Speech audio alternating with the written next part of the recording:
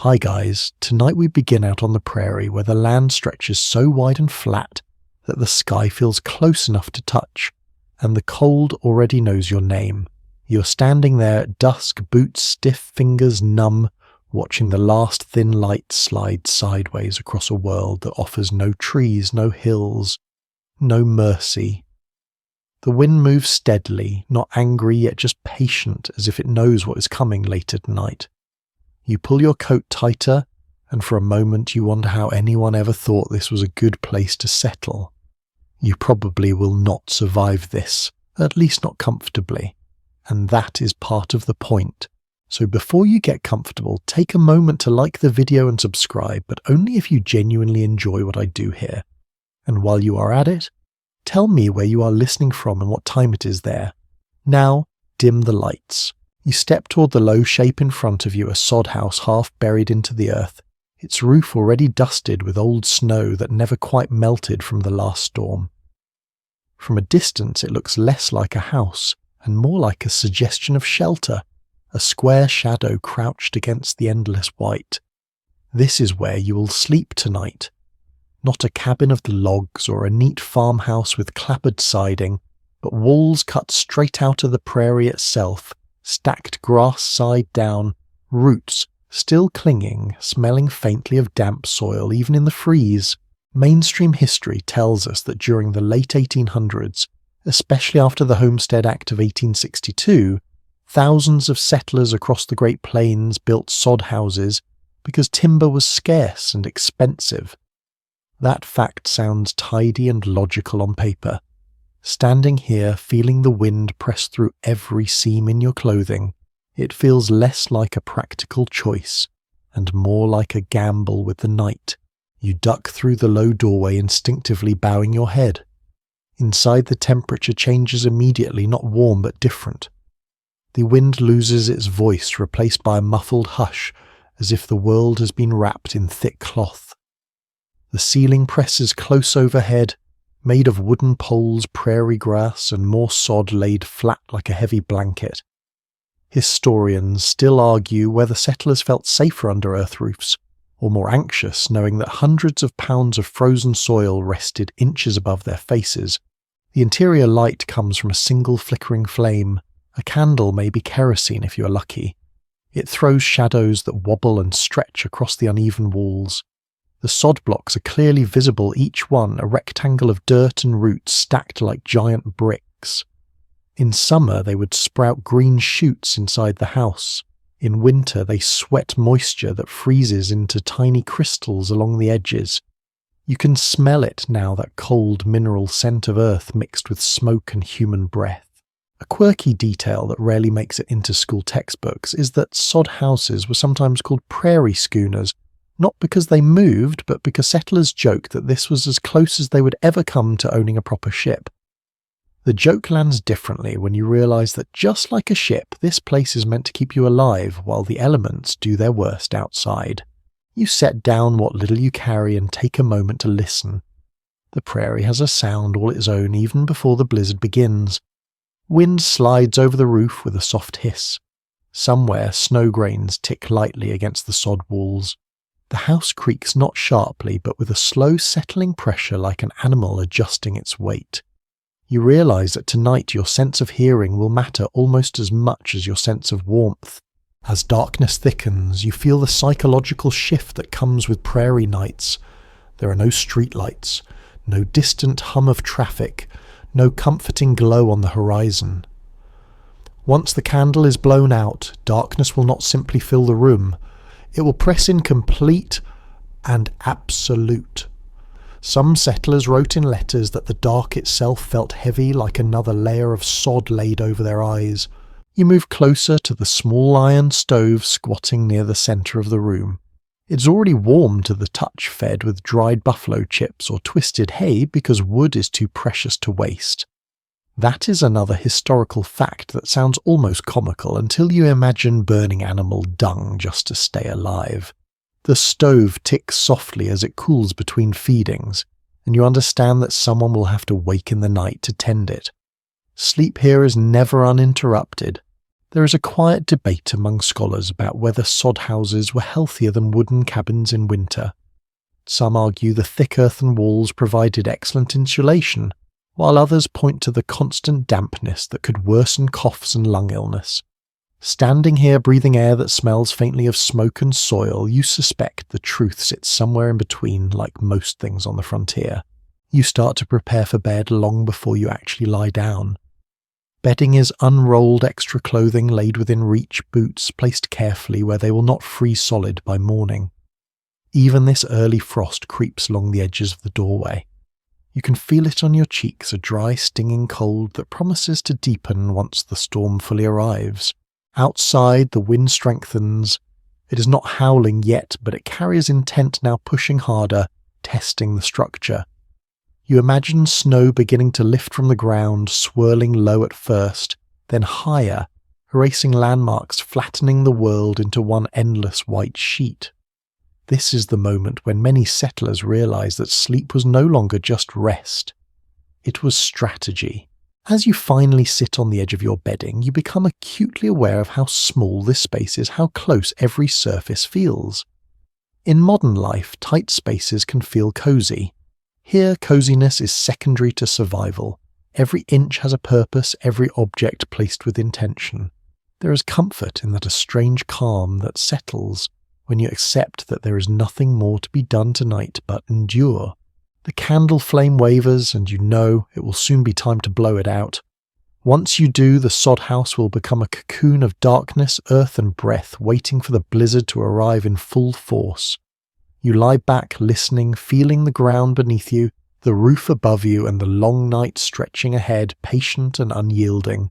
You lie there for a moment longer, not sleeping, yet just letting your body register the space around you. Then the quiet work of preparation continues, because a sod house does not defend itself. It is something you actively participate in, especially before a prairie blizzard. You push yourself back up, joints stiff already from cold, and turn your attention to the walls. They're close enough to touch without fully extending your arm. When you press your palm against them, the chill seeps through, slowly, not biting, but steady and patient. These walls began their lives only weeks or months ago as living prairie. Settlers used a special plough called a breaking plough to slice the thick-rooted grass into long strips. Those strips were then cut into bricks heavy and awkward, sometimes weighing more than a small child. A widely accepted historical fact is that building a sod house could take just a few days if the soil was right and neighbours helped. That speed mattered, especially when winter crept closer with each sunset. You imagine the labour now as if it is happening again around you. Hands numbed by cold boots sinking into half-frozen earth, the sound of iron cutting through roots that had held this land together for centuries. The sod bricks were stacked grass side down, so the roots would knit together over time, forming walls surprisingly strong. Historians still debate how structurally sound these houses truly were during extreme storms, with some accounts describing walls bowing inward under pressure, while others insist they held firm for decades. Inside, you run your fingers along the seams where one sod block meets another. There are small gaps stuffed with rags, newspaper, even bits of dried grass. Nothing goes to waste.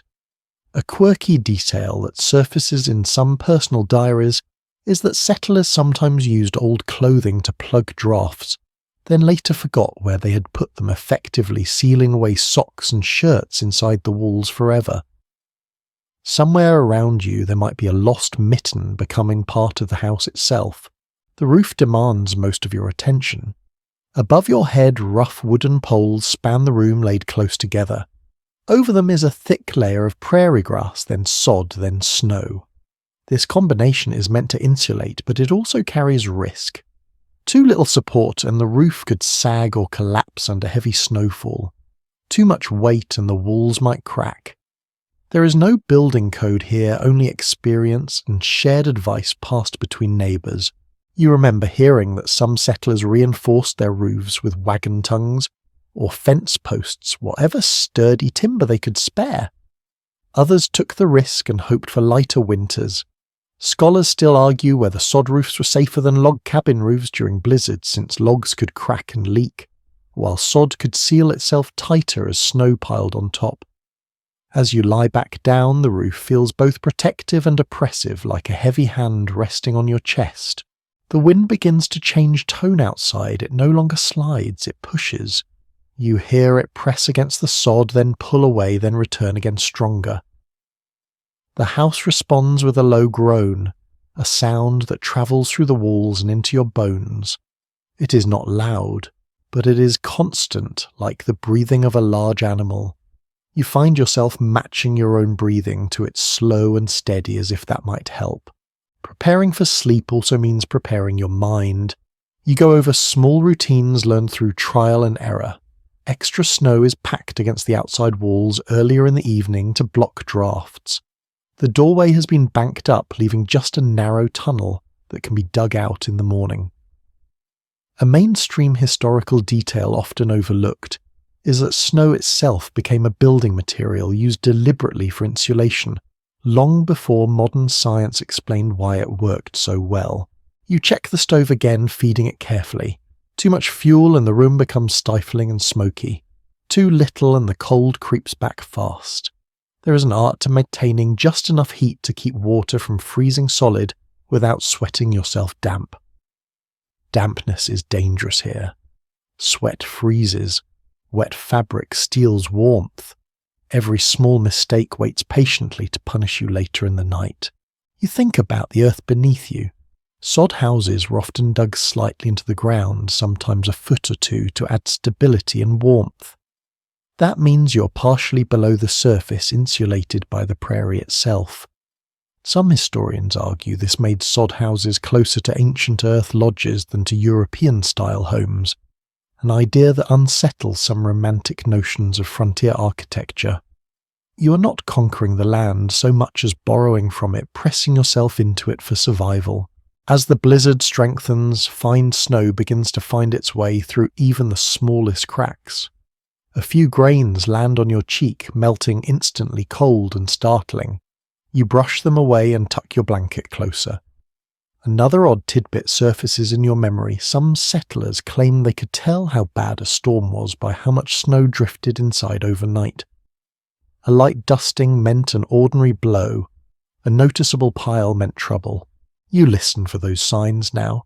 The sounds outside blur together wind snow, the distant lowing of an animal somewhere close by. Inside the house answers back with subtle shifts. A creak here. A soft thud as snow slides off part of the roof. Each noise carries meaning, and you catalogue them without fully realising you're doing it. Sleep still feels far away, but the work of building and reinforcing the sod house both physically and mentally has done its job. You feel held not comfortably but firmly by walls that were once living land. The prairie is no longer just something outside. It surrounds you, supports you, presses in on all sides. And as the storm gathers its full strength, you begin to understand that this is what rest looks like here. Not ease, but endurance. The blizzard does not announce itself with drama. It simply decides that now is the time. One moment the wind is a steady presence, the next it deepens, thickens, and begins to shove at the sod house with intent. You are lying flat now, eyes open in the darkness, listening as the storm layers itself over the night. Snow strikes the walls with a dry whispering sound like sand poured endlessly from the sky. Somewhere above you, the roof absorbs it, the weight increasing so gradually you almost imagine it. A well-known historical fact is that prairie blizzards of the 1800s could drop temperatures by dozens of degrees in a matter of hours, with winds strong enough to disorient travellers just steps from their homes. Inside the sod house, you are protected from the worst of it, but you still feel the change. The air seems to tighten. The cold grows more deliberate, creeping inward with quiet confidence. You shift under your blankets, ranging them carefully. There is a system to this, learned quickly and never forgotten. The heaviest layer goes on top to trap warmth. Clothing is worn to bed not for modesty but for survival. Wool scratches but insulates even when damp. Cotton, if you have it, is kept away from skin because it holds moisture. Historians continue to debate which material settlers preferred most to surviving accounts. Conflict, some praising wool, others swearing by layers of fur or patched quilts made from whatever scraps were available. The storm's voice grows louder. Wind finds its way into the stovepipe, sending a low moan down into the room. The iron answers with a hollow clang as temperature differences make it contract. These sounds would be alarming in a modern house. Here they are, information. The stove is still drawing. The chimney is not blocked. For now, that is enough. A fringe detail from frontier diaries mentions that some settlers believed blizzards carried their own kind of electricity, making hair stand on end, or causing strange popping sounds in metal objects. You listen carefully, half expecting something unnatural. Instead, what you hear is the house itself negotiating with the storm, every surface responding in small ways. You become acutely aware of the door. It is the weakest point even when banked with snow. Cold radiates from it in a slow, relentless wave. You tuck your feet closer to your body knees, bent slightly, conserving heat. This posture is instinctive, something your body knows without being told. Sleep, when it comes, will be light and broken, tuned to every shift in temperature and sound. Outside, the world is disappearing. Snow lifts from the ground and hangs in the air, racing distance. Fences vanish. Paths are gone. Even the horizon dissolves into white. You cannot see any of this, but you feel it in the way the wind loses direction, swirling instead of pushing. That is when blizzards become dangerous, when orientation means nothing and shelter becomes the only truth.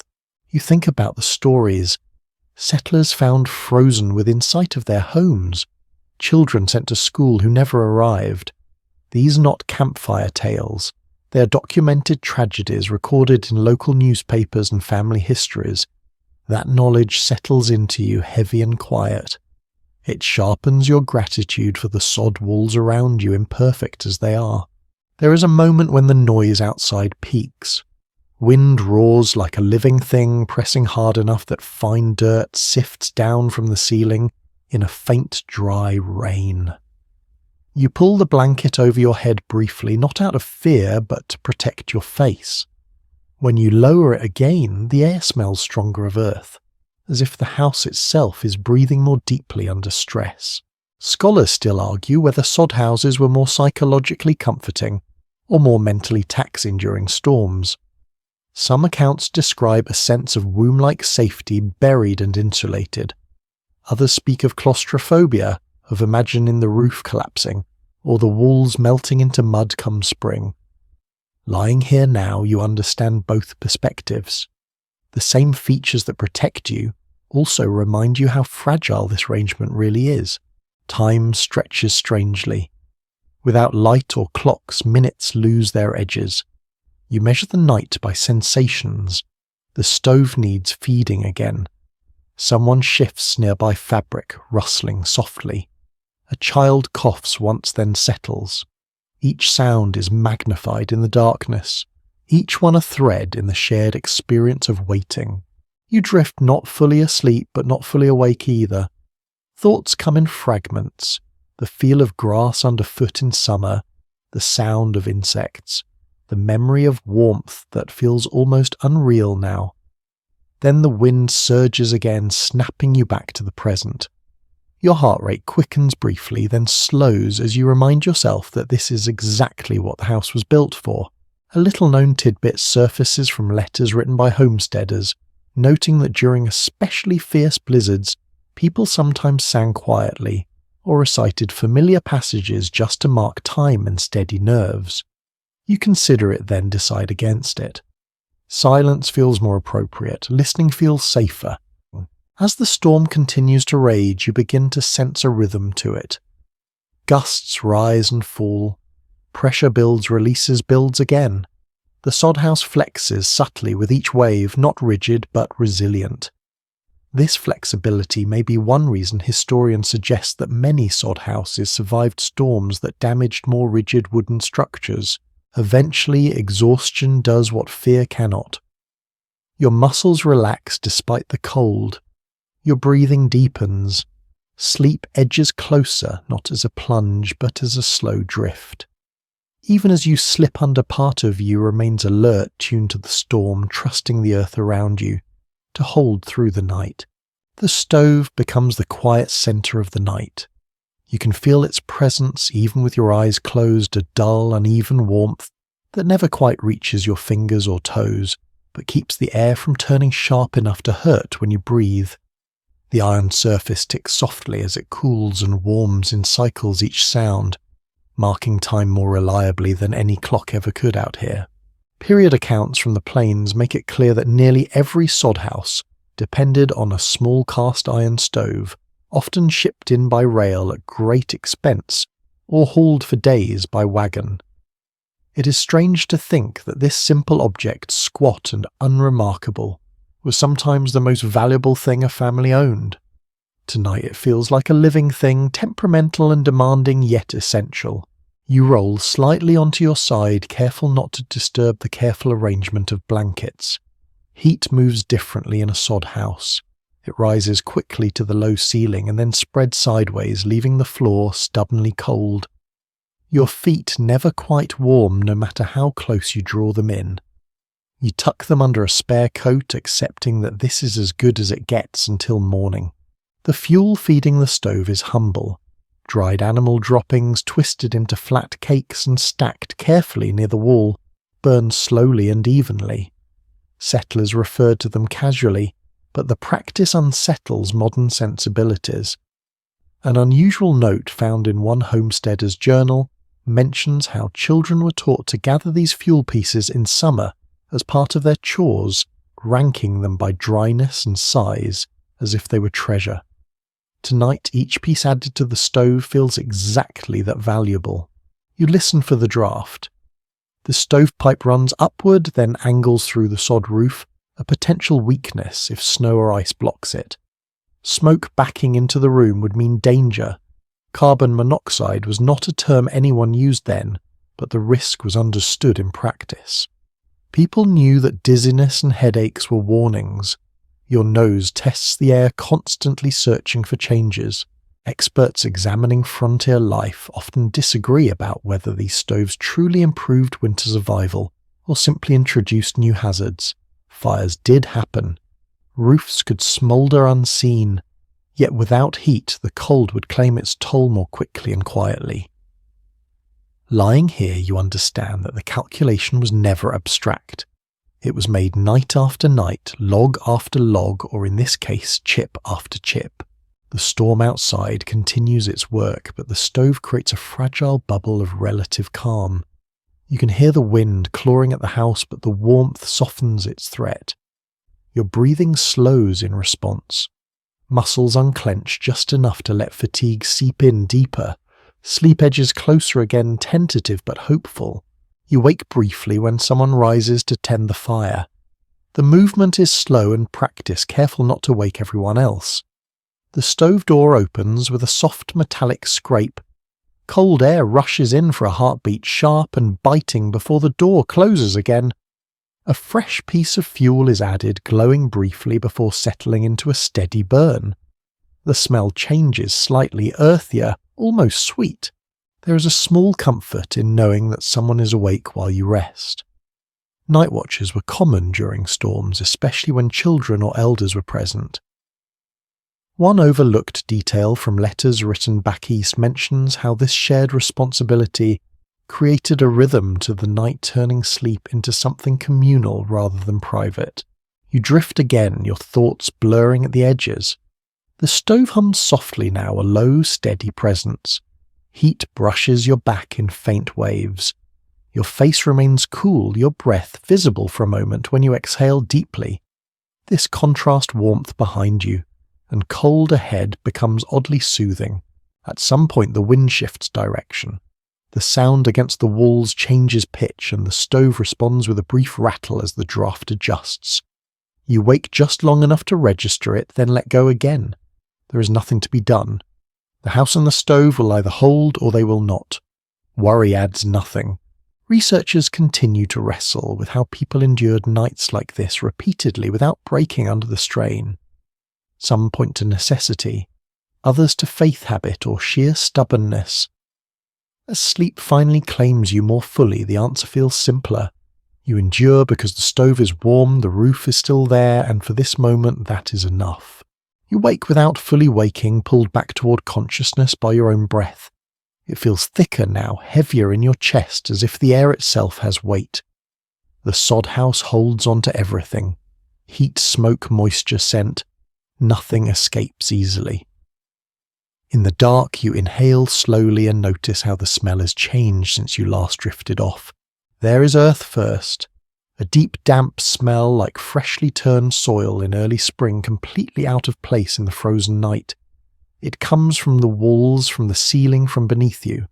The sod blocks never truly dry, and in winter they release moisture that has nowhere to go. That moisture freezes near cracks and beads faintly along surfaces, then melts again when the stove warms the room. You are breathing in the prairie itself. Mixed with that is smoke. Not thick enough to choke, but always present. It clings to fabric and hair, settles into blankets, lives quietly in your throat. Frontier letters often mention the constant haze inside sod houses during winter, describing eyes that stung and lungs that ached long before morning. People accepted it the way you accept the cold as part of the cost of staying alive. Then there is the smell of people. Wool sweat that never quite dries breath, warmed and exhaled again and again into the same small space. In modern life this would feel uncomfortable, maybe even invasive.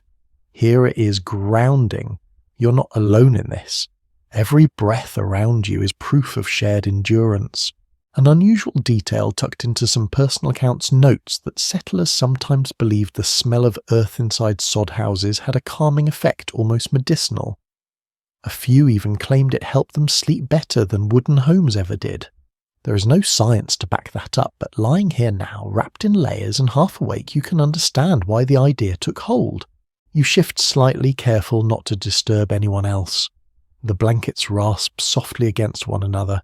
A faint puff of dust rises and settles again, invisible but felt. You suppress a cough. Dry air outside and damp air inside create a strange balance that leaves your throat irritated but your skin clammy in places. Your lips feel cracked. Your hands itch faintly where the skin has tightened from cold. Medical records from the late 19th century show high rates of respiratory complaints among plain settlers during winter months. Chronic coughs, lingering colds, and what doctors of the time called lung weakness were common. Whether sod houses made these conditions worse or simply reflected the harsh environment remains unresolved among historians. You lie there now, breathing shallowly, aware that every inhale is a small act of calculation. The stove ticks again, louder this time. Heat expands the iron just enough to make it speak. That sound carries with it a faint metallic tang mingling with smoke and soil. It is not unpleasant, just distinctive. If you lived here long enough, this smell would become home. You would notice its absence more than its presence. Outside, the blizzard continues, but inside the sod house, the sensory world narrows. Sound is muted. Sight is gone entirely. Smell and touch take over. The blanket against your cheek feels coarse. A stray piece of grass from the sod wall brushes your knuckles. It is dry and brittle, snapping softly when you move your hand away. Some settlers reported insects living within sod walls even during winter, protected from the cold by the earth. A strange diary entry from Nebraska mentions waking to find beetles crawling across the ceiling during a January storm. You instinctively glance upward even though you cannot see a thing and feel a brief shiver of discomfort. Tonight at least there is only the imagined itch of that thought. The air grows warmer again as the stove is fed once more. Warmth carries scent more strongly. The room smells almost sweet now, a mix of heated soil and fuel smoke. Your stomach tightens slightly. Hunger lingers even in sleep. Food smells are faint but present. Flour, dried meat, maybe coffee grounds, kept close so they do not freeze. These smells anchor you in routine. Morning will come eventually. You breathe slowly, deliberately, trying to find a rhythm that keeps your chest from tightening. Each breath fogs briefly in front of your face, then disappears. You wonder how many nights like this people endured in a single winter. Dozens, sometimes more. There were no weekends, no breaks, just night after night of cold smell and waiting. Interpretations of settler resilience often focus on grit and determination, but less attention is paid to sensory adaptation. You are learning even now to filter what matters. The smell of smoke means warmth. The smell of earth means insulation. These are good things. Your body relaxes when you frame them that way. Gradually the scents fade into the background. They do not disappear, but your awareness softens. Breathing becomes automatic again. The tightness in your chest loosens. You roll slightly onto your back, face angled away from the coldest drafts. The air brushes your lips gently, no longer threatening. Somewhere nearby, someone sighs in their sleep. The sound is small, intimate, and oddly reassuring. It carries warmth of its own. You're sharing this air, this smell, this space, and that shared experience dulls fear more effectively than any wall ever could. As sleep deepens again, the odours of the sod house blend into a single impression. Earth, smoke, breath, survival. They wrap around you like another layer of bedding, unfamiliar but steady. The storm outside rages on, unseen and unfelt for the moment, while inside your senses finally loosen their grip, allowing rest to take hold once more. Sleep never fully claims you. It hovers close, heavy and tempting, but your ears remain awake, tuned to the language of the night. Sound becomes the main way you understand what is happening beyond the sod walls. In the dark, without sight to anchor you, every noise carries weight and meaning. The wind has changed again. It no longer rushes in a single direction. It circles, probing, pressing against different sides of the house, as if searching for a weakness. When it strikes the walls head-on, the sound is dull and padded. When it slides along the roof, it produces a long, hollow sigh. You learn quickly to tell the difference. One means strain, the other means movement. Accounts from the 19th century describe prairie wind as something settlers learned to interpret much like sailors read the sea. This was not poetic exaggeration. Letters and memoirs show people could often tell how long a storm might last, based solely on sound. Lying here now, you find yourself doing the same even without meaning to. The sod house answers the wind in its own voice. A low creak runs through the walls when pressure builds. Wooden roof supports complain softly, not snapping, just shifting. The sound travels through the structure and into your chest, felt as much as heard. You place a hand on the floor, instinctively palm flat, as if that might steady everything. There is a faint whistle somewhere near the doorway, air squeezing through a gap. It rises and falls with each gust, a thin, reedy note that cuts through the heavier noises. You consider getting up to stuff it with cloth, then decide against it. Opening the blankets would invite cold you cannot afford. Instead, you listen, cataloguing the sound, so you will notice if it changes. One lesser-known observation found in homesteader journals is how people named these sounds. The singing wall, the crying roof, the breathing door. Giving them names made them less frightening, turning random noise into something familiar. You try it now, mentally labelling each one, and feel your shoulders drop a fraction. The storm delivers something heavier. Snow packed hard by wind strikes the wall with a muted thud. Not sharp, not alarming, just insistent. Over time, these impacts build a dense bank outside, pressing against the sod. This is both threat and protection. Snow seals cracks and blocks wind, but too much weight in the wrong place could strain the walls. Modern researchers examining sod house remains have noted how often walls leaned slightly inward, evidence of years spent resisting pressure from wind and snow. Whether this gradual shift compromised safety or enhanced stability remains debated. From inside, it simply feels like the house is bracing itself, muscles tightening against the cold. You hear something else now, a soft rustling above. Snow sliding off part of the roof and dropping to the ground outside. The sound is brief but distinct. Your heart jumps, then settles when nothing follows. This is normal. Snow sheds itself when it gets heavy enough. You repeat that to yourself until the tension fades. The stove contributes its own layer to the soundscape. Metal clicks softly. Ash shifts inside. Every so often a coal collapses with a faint crackle. These sounds reassure you. As long as the stove speaks, it is alive, doing its job. Some settlers believe that absolute silence during a storm was more dangerous than noise, interpreting it as a sign of extreme cold or shifting weather. You're glad for the constant roar outside. It means the world is still moving, still breathing. Your breathing syncs again with the house. Inhale during the lull, exhale as the wind surges. This rhythm becomes hypnotic. Even fear begins to move in predictable patterns, rising and falling rather than spiking uncontrollably. There is a moment when a louder creak ripples through the ceiling, not sharp enough to signal failure, but strong enough to wake everyone. Someone stirs, a whispered question, a murmured response, then stillness again. No one panics. Panic wastes energy. You think about how modern homes hide their sounds. Insulation drywall design meant to create silence. Here, silence would feel wrong. Sound is reassurance. It tells you the house is working, flexing, adapting. The sod absorbs vibration that might splinter wood. The earth dampens shock. This is architecture that listens as much as it shelters. Another curious detail emerges from frontier correspondence. Some settlers claim they could hear the prairie itself shifting during blizzards. Grass roots groaning beneath the snow. Whether this was imagination or something real, amplified by wind, remains uncertain. For a moment you think you hear it too, a deep distant murmur beneath everything else. You decide it does not matter. Gradually the sounds blend together. Windwall roof stove. They lose their individual edges and become a single continuous presence, like waves against a hull, like rain on a deep roof.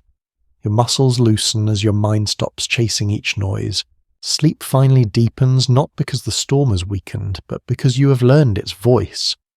The sod house continues to speak softly around you, and for now it says that everything is holding. You wake again to the subtle problem of your own body. Not fear this time, not sound, but temperature.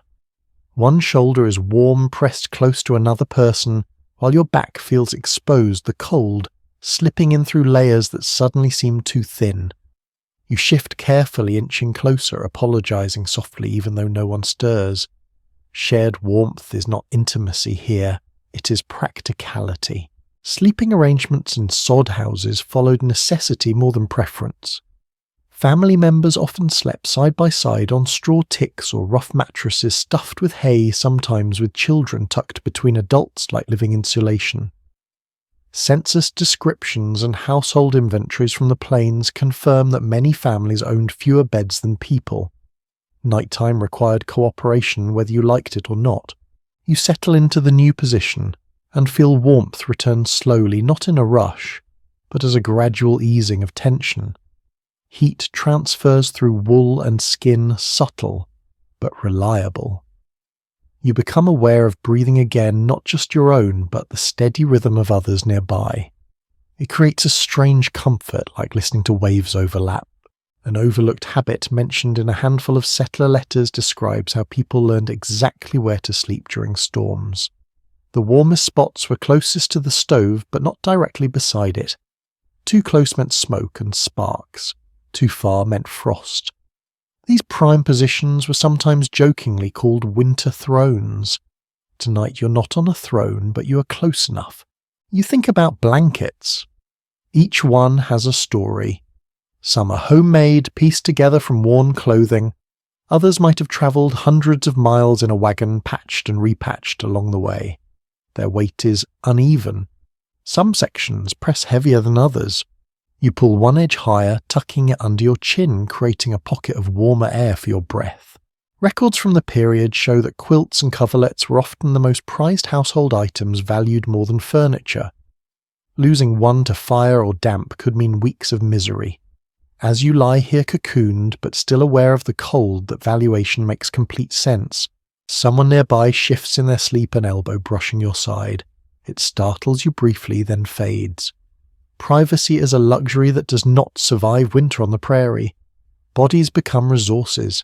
Even animals understood this. There are accounts of dogs and cats sleeping indoors during blizzards curled near feet or stoves. If one were here now, you would welcome the extra warmth without question. A curious remark found in a Kansas diary notes that people could tell how cold a night would be by how tightly everyone packed together.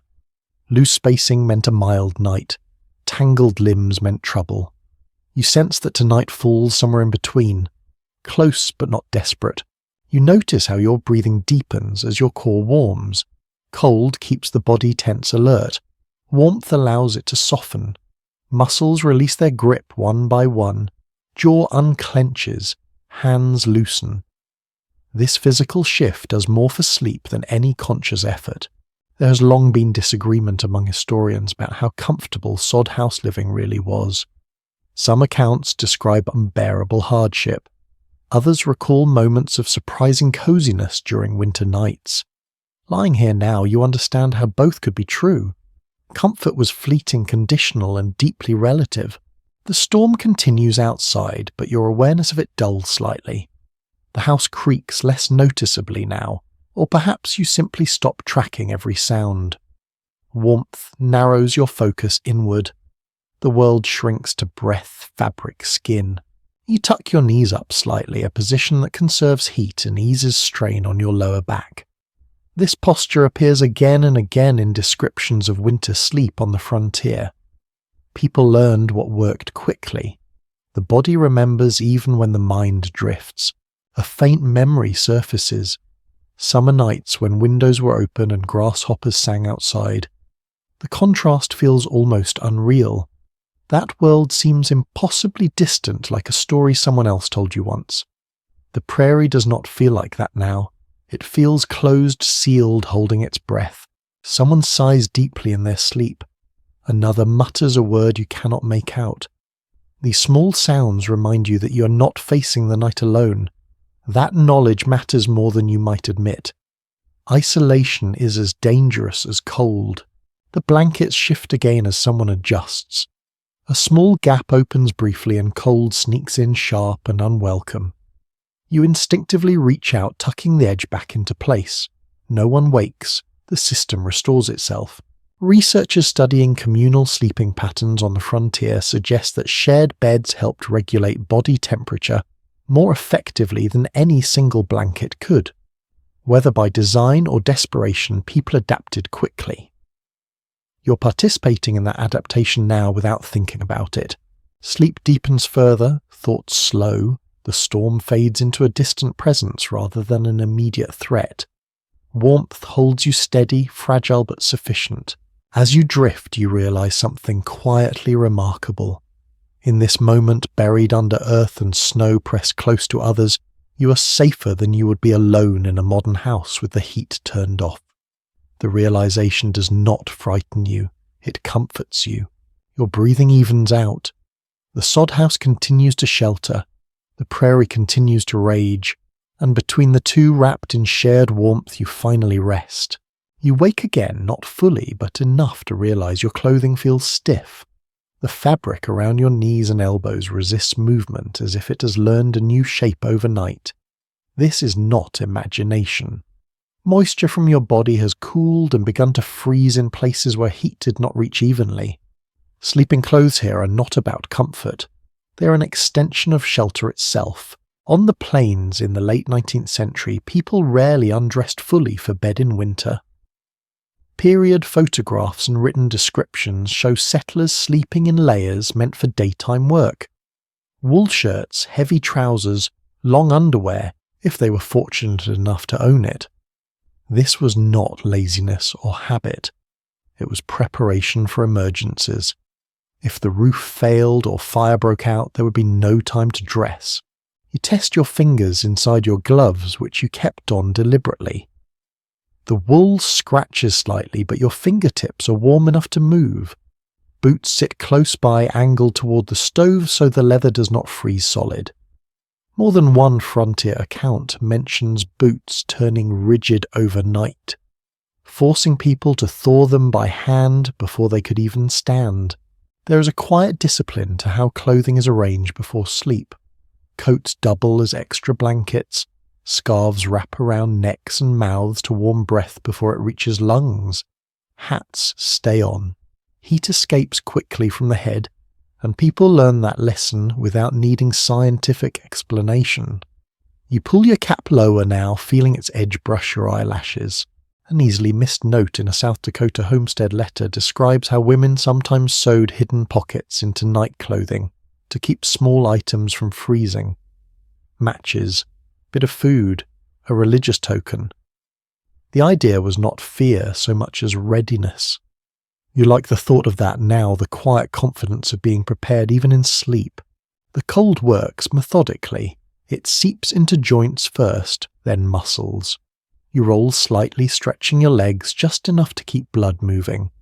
This small motion sends a ripple of cold along the fabric, followed by warmth as heat redistributes. The process repeats endlessly through the night. Sleep becomes a series of shallow dives rather than a deep plunge. Weather logs from frontier settlements show that nighttime temperatures during blizzards could drop well below zero even inside sheltered areas. While the sod house moderates extremes, it does not defeat them. You are aware of the cold as a presence, something sharing the room with you, patient and observant. Your breath fogs faintly again. You angle your face toward the blanket, creating a small pocket of warmer air. The fabric smells faintly of smoke and wool, familiar now. Breathing through it warms the air before it reaches your lungs. This simple trick appears repeatedly in survivor accounts from winter storms. You use it without thinking, another inherited habit. There is movement nearby. Someone shifts and a sleeve brushes your arm. The contact sends a brief spark of warmth, then settles.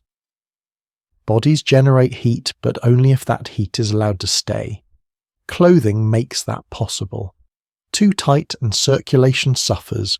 Too loose and warmth escapes. Finding the balance is part of the nightly work. A peculiar belief noted in a Minnesota diary claimed that sleeping fully clothed confused the cold, making it less likely to settle into the body. While that idea has no basis in modern science, it speaks to how people made sense of their environment. Tonight you do not need theory. You feel the difference each layer makes. You notice your socks. One pair is dry, the other slightly damp from earlier in the evening.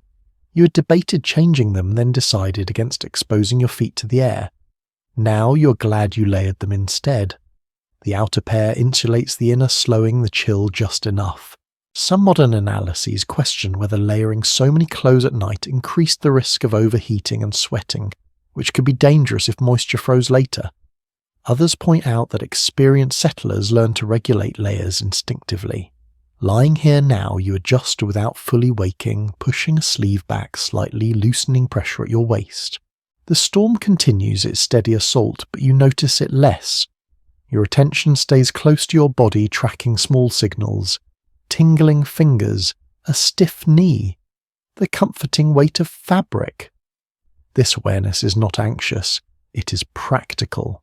You think briefly about how different sleep feels in a warm modern bed. Soft sheets, bare skin, the luxury of stillness. Here stillness is the enemy. You shift again, gently keeping circulation alive.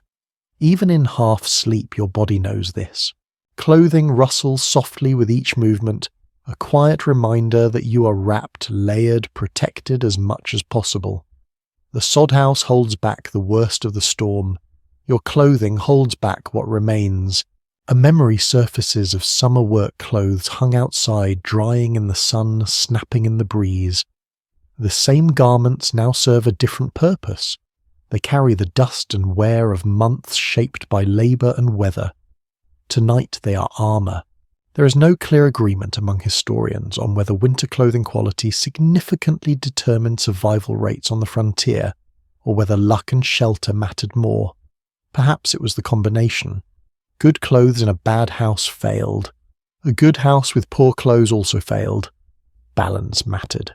Your breathing slows again as warmth stabilizes.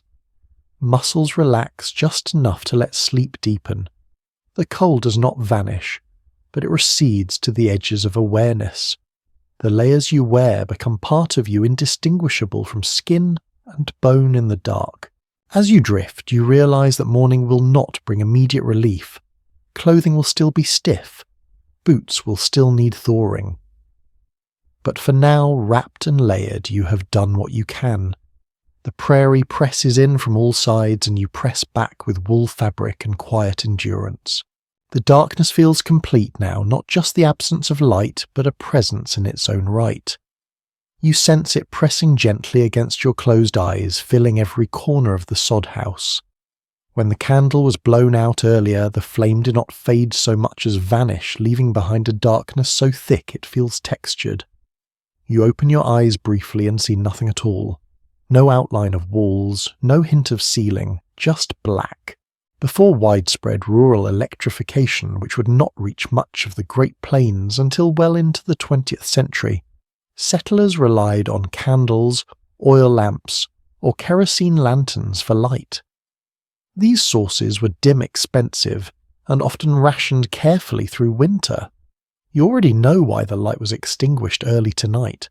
Fuel is precious. So is sleep. Your eyes adjust slowly, but there is nothing to adjust to. The sod house swallows light completely. Even snow outside, which can reflect moonlight brilliantly, offers nothing during a blizzard. Clouds smother the sky. The prairie becomes invisible. You're sealed inside a pocket of night. You reach out instinctively, fingers brushing the rough weave of a blanket, then the smoother surface of a coat sleeve. Touch replaces sight. Every object becomes known by texture and temperature. The floor beneath you is hard-packed earth, cold but not frozen solid. The wall nearby feels faintly damp. You pull your hand back, preferring the warmth close to your body. A small flame flickers briefly. Someone has struck a match to check the stove. For a few seconds, shadows leap wildly across the walls, exaggerated and strange. The sod blocks look uneven, and massive roots casting jagged lines. Then the flame is gone, and the darkness rushes back in deeper for having been interrupted. An odd observation appears in several prairie memoirs describing how people learn to measure night, not by hours but by stages of darkness. Early dark when embers still glow, middle dark when even the stove offers no light, late dark when you sense dawn approaching without seeing it. You suspect you're somewhere in the middle now. The darkness sharpens your imagination. Sounds feel closer. The wind seems nearer. Even your own thoughts echo louder. You find yourself thinking about distance, about how far the nearest neighbour might be. A mile, 2, more. In this weather, it may as well be another world. Some writers of the period noted that darkness during blizzards felt heavier than during clear nights, as if snow absorbed not only sound but space itself. You understand what they meant. The world feels smaller, tighter, bounded by sod and breath. You listen to the soft hiss of the stove, though you cannot see it. You know exactly where it is by sound alone. This is how people navigated at night without light. Memory and repetition turned space into something internal. You could walk this room with your eyes closed, count steps, avoid obstacles. Tonight you do not move. Stillness conserves heat. The mind wanders more freely in darkness. Thoughts drift to people you left behind, to towns with lit windows, to the strange comfort of knowing where light comes from. Here light feels temporary borrowed. Darkness feels permanent. A personal letter from a Wyoming homesteader mentions children afraid of the dark not because of monsters, but because darkness meant storms. Storms meant cold, and cold meant danger.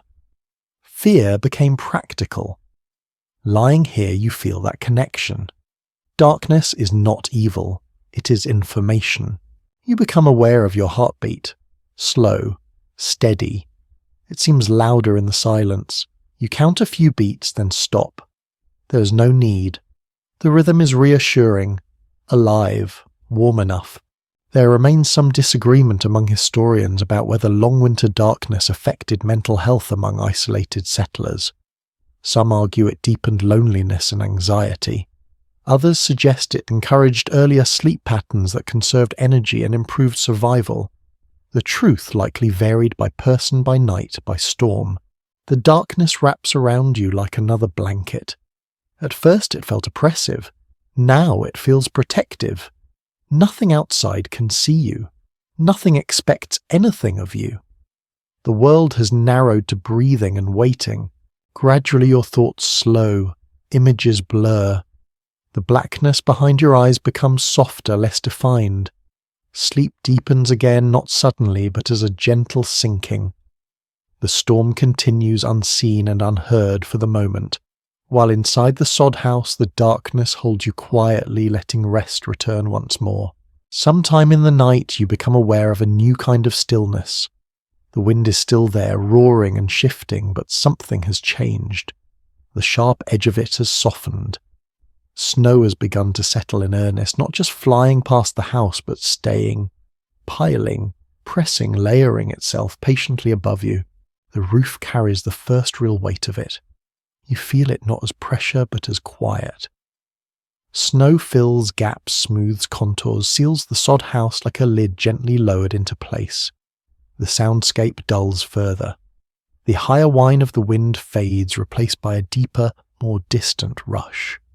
This is the moment when snow stops being an enemy and starts acting like insulation. Settlers across the plains learned quickly that a heavy snowfall could make the inside of a sod house noticeably warmer by morning. Snow trapped air and trapped air slowed heat loss. People woke to find frost patterns softened, breath less visible. It felt backward, but experience taught them to welcome a good thick drift, at least on the roof. You imagine what the house looks like now from the outside. Not a building so much as a low mound edges, blurred corners erased. Just another rise in the landscape. This camouflage was unintentional, but effective.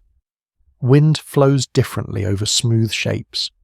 The sod house becomes harder for the storm to grab. A small memory surfaces, perhaps something you heard once. Some families deliberately shoveled extra snow onto their roofs, after storms packing it down for added warmth. Others refused, fearing collapse. No one ever wrote down a clear rule. People relied on instinct, past winters the look of the roof line. Tonight the snow decides for you. You shift slightly and feel warmth hold steadier now. The cold no longer creeps as aggressively along the floor. The air feels calmer, heavier, easier to breathe. Moisture lingers, but it no longer bites. Your shoulders drop without you realizing they were tense. Above you snow settles with faint, almost imperceptible thumps. Not impacts, more like sighs. Each one lands, compresses, stays. The sod absorbs the sound completely. Earth and snow cooperate well.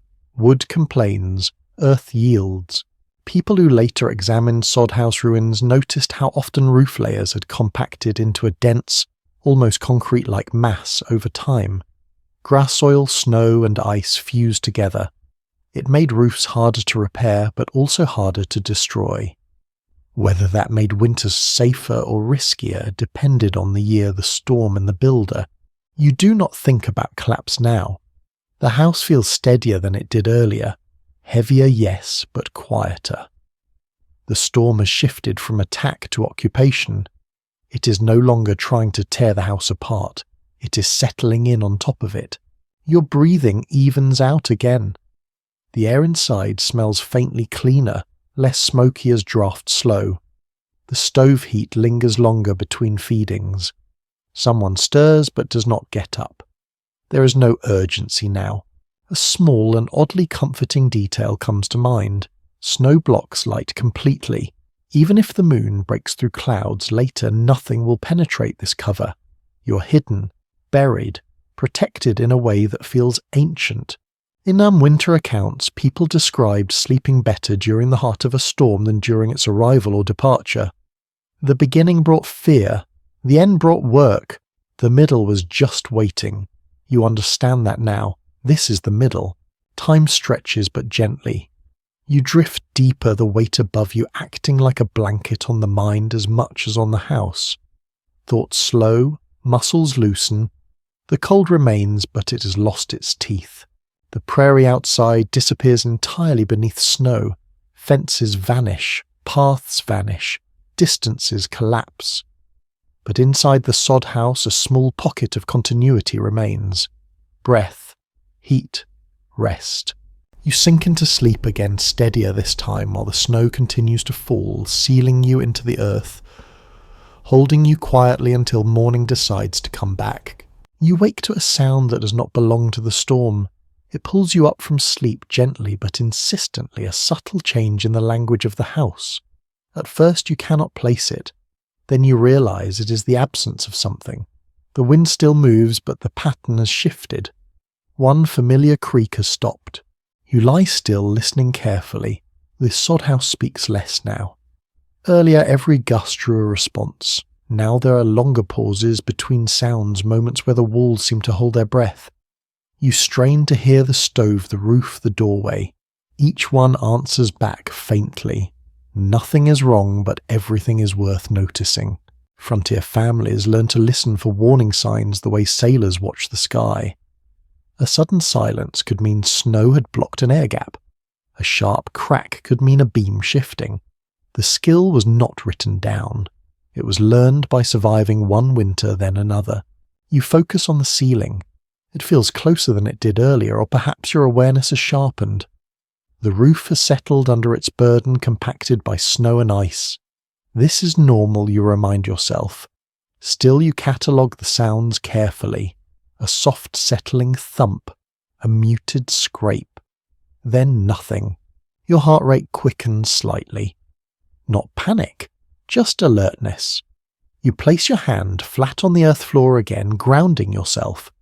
The floor feels steady, cold, but solid.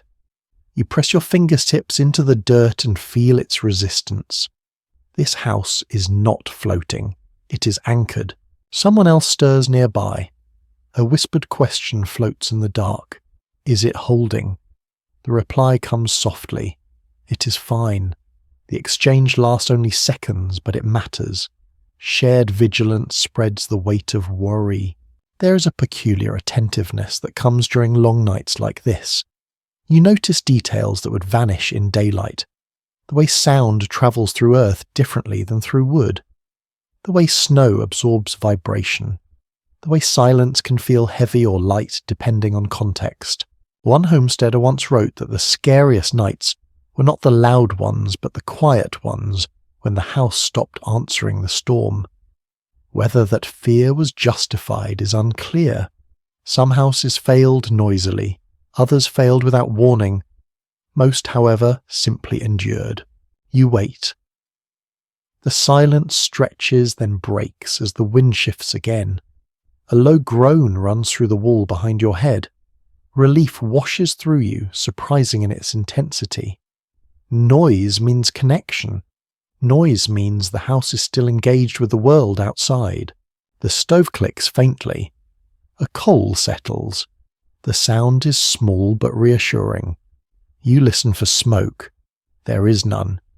The air feels unchanged. Your breathing remains easy. All signs point to stability.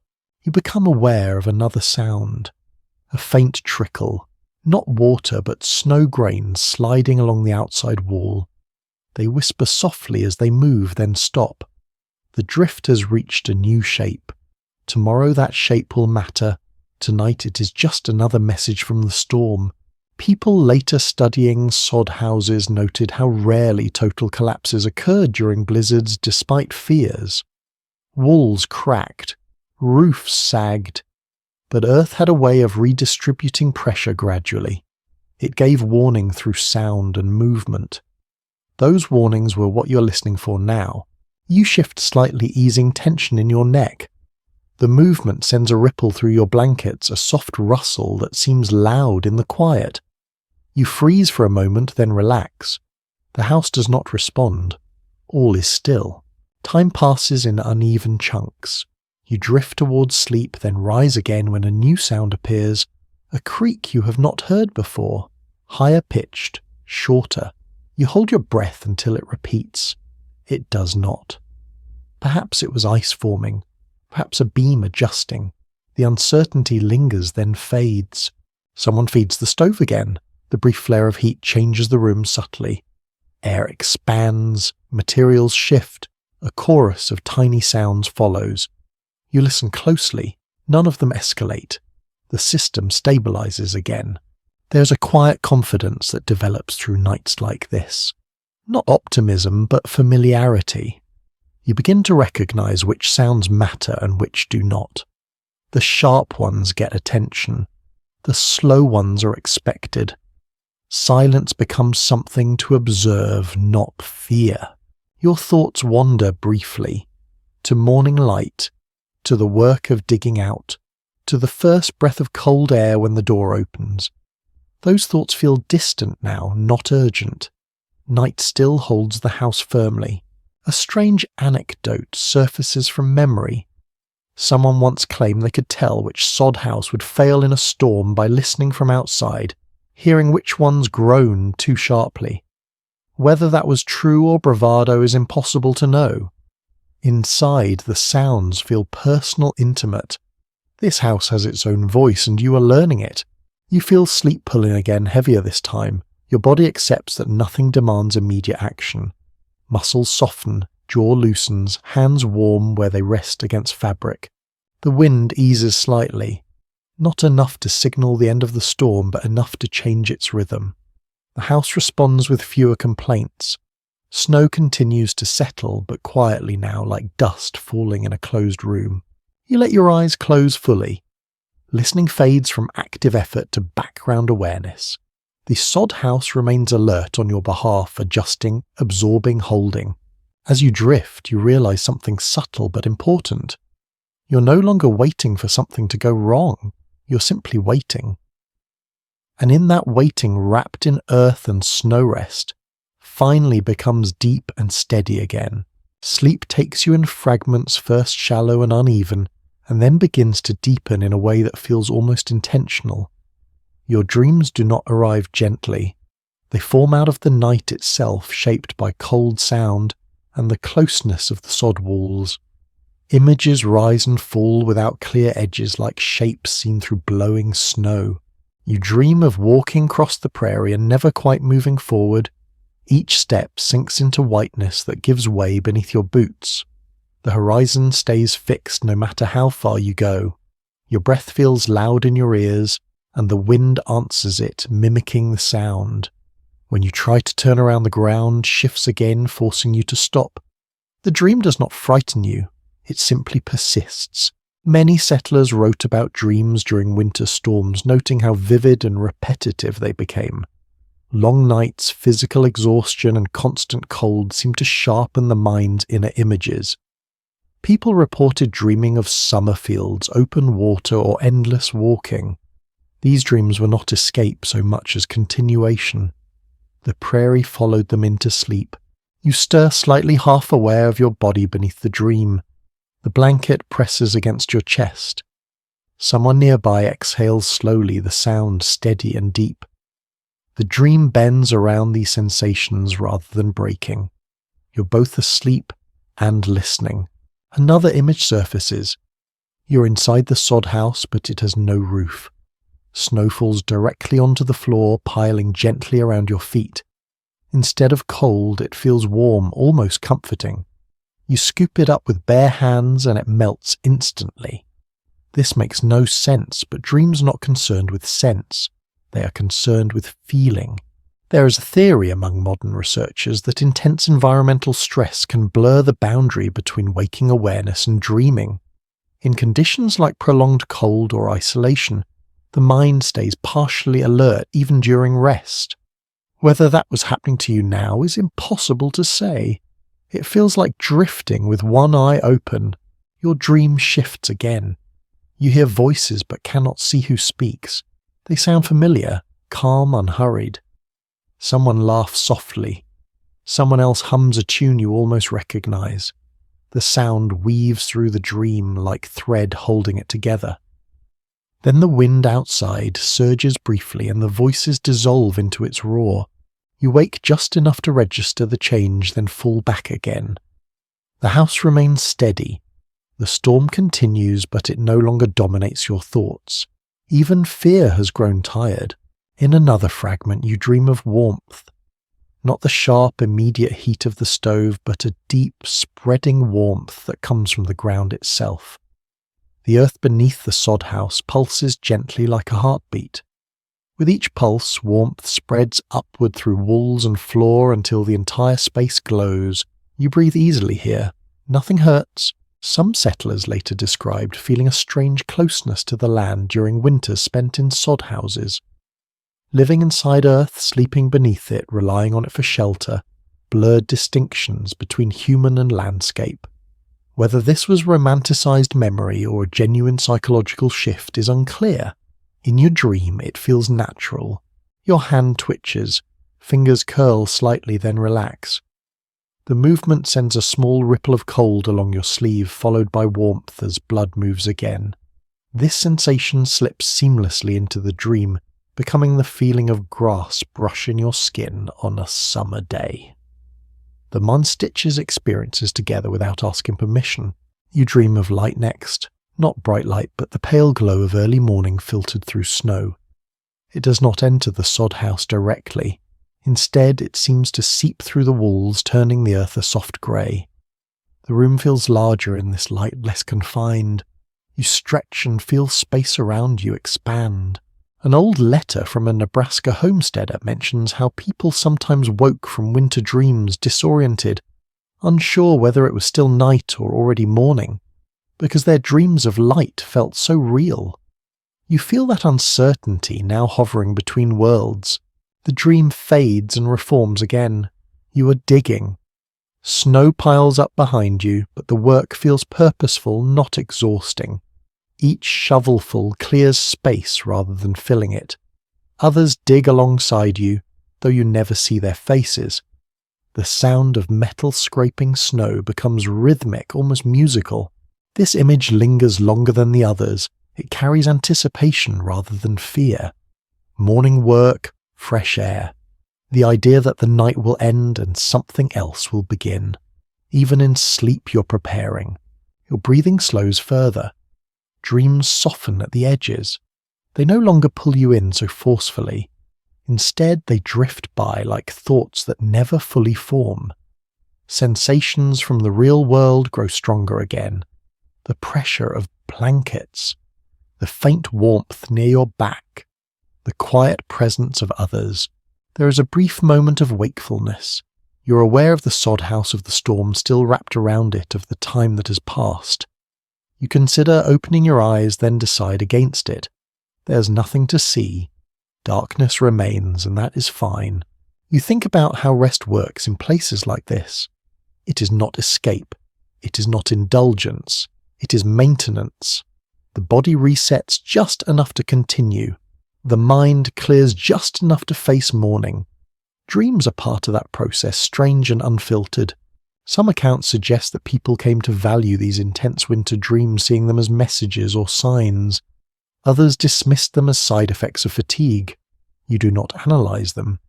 You simply let them pass through you like wind through grass. Sleep deepens again, quieter now. The storm recedes further into the background. Your awareness narrows to a small warm center. Breath in, breath out. The house holds. The earth holds. As the night continues, dreams fade into simple darkness, and darkness becomes rest. The sod house, the snow, the prairie, and your own tired body settle into a temporary agreement. For now, nothing demands more of you. You wake to movement that feels deliberate. Not the restless shifting of sleep, but careful steps, slow and measured. Someone is awake now, fully awake, and the night has reached the part where roles matter. You keep your eyes closed, listening, letting the sounds explain what is happening. A figure moves across the packed earth floor, boots placed gently to avoid tripping in the dark. The stove door opens with a muted scrape and a faint wash of heat rolls outward before being sealed back in. The smell of warm ash follows, then settles. This is not a break in the night. It is part of its structure. In households like this, the night often belonged to everyone in pieces. No single person slept straight through during storms. Someone tended the fire, someone listened, someone checked on children or elders. It was not organized in writing, but everyone knew when it was their turn. You feel oddly comforted knowing that even while you rest, the night is being watched. A child stirs nearby, murmurs something unintelligible, then quiets when a hand brushes their shoulder. The touch is brief but practiced. No words are needed. The gesture itself carries reassurance.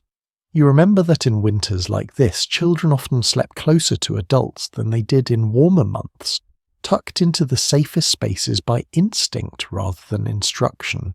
You notice how different this feels from modern nights.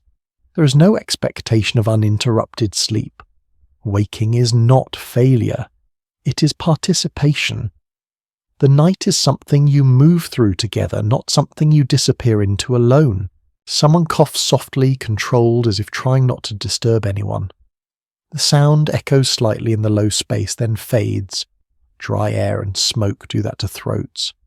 A tin cup is lifted, tipped just enough to wet lips, then set down again with care. Even water is managed cautiously. Too much cold liquid can shock the body in the middle of the night. You feel the urge to check the time, then remember there is no time to check. No clock ticks, no glow from a screen.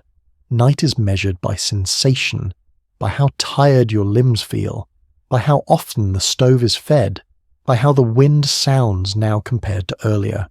There's a faint creak near the wall as someone leans against it, listening.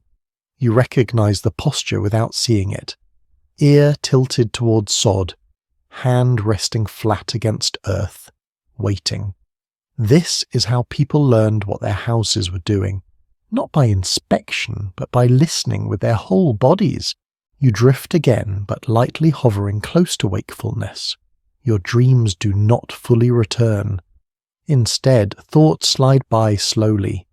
You think about age, how elders sleep differently, lighter, more alert. Many frontier families relied on older members to keep watch at night, not because they were stronger, but because they were already accustomed to waking often. Experience mattered more than strength. A blanket shifts as someone pulls it higher over thin shoulders. Fabric brushes your arm, warm and familiar now. You do not pull away. The shared space feels natural, necessary. There is no embarrassment in closeness when survival is the reason. You hear a quiet whisper, barely more than breath. A name, a question. The reply is a murmur you cannot make out. Then silence again. The exchange seems to satisfy whatever concern sparked it. The house continues to hold.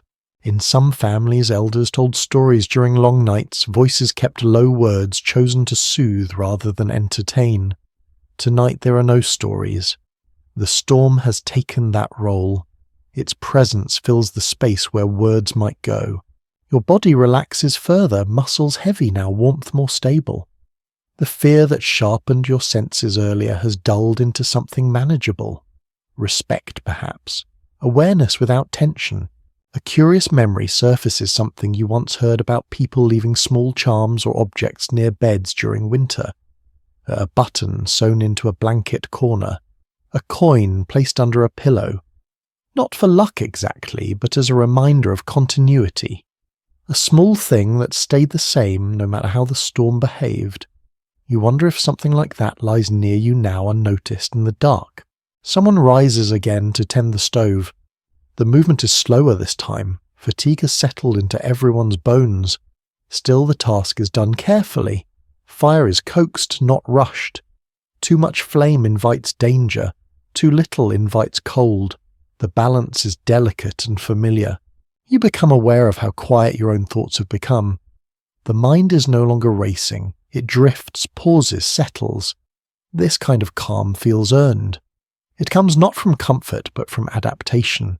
Outside, the storm continues its work, but inside the night has reached a steady state. Nothing new is happening. That in itself is reassuring. The house has not failed. The fire has not gone out. Everyone is still breathing. You feel a small weight pressed gently against your side. A child perhaps seeking warmth unconsciously. You adjust without opening your eyes, shifting just enough to make space. The movement is automatic, protective. You understand now how responsibility seeps into sleep here. Even resting, you're aware of others. Your breathing syncs with the slow rhythm of the room.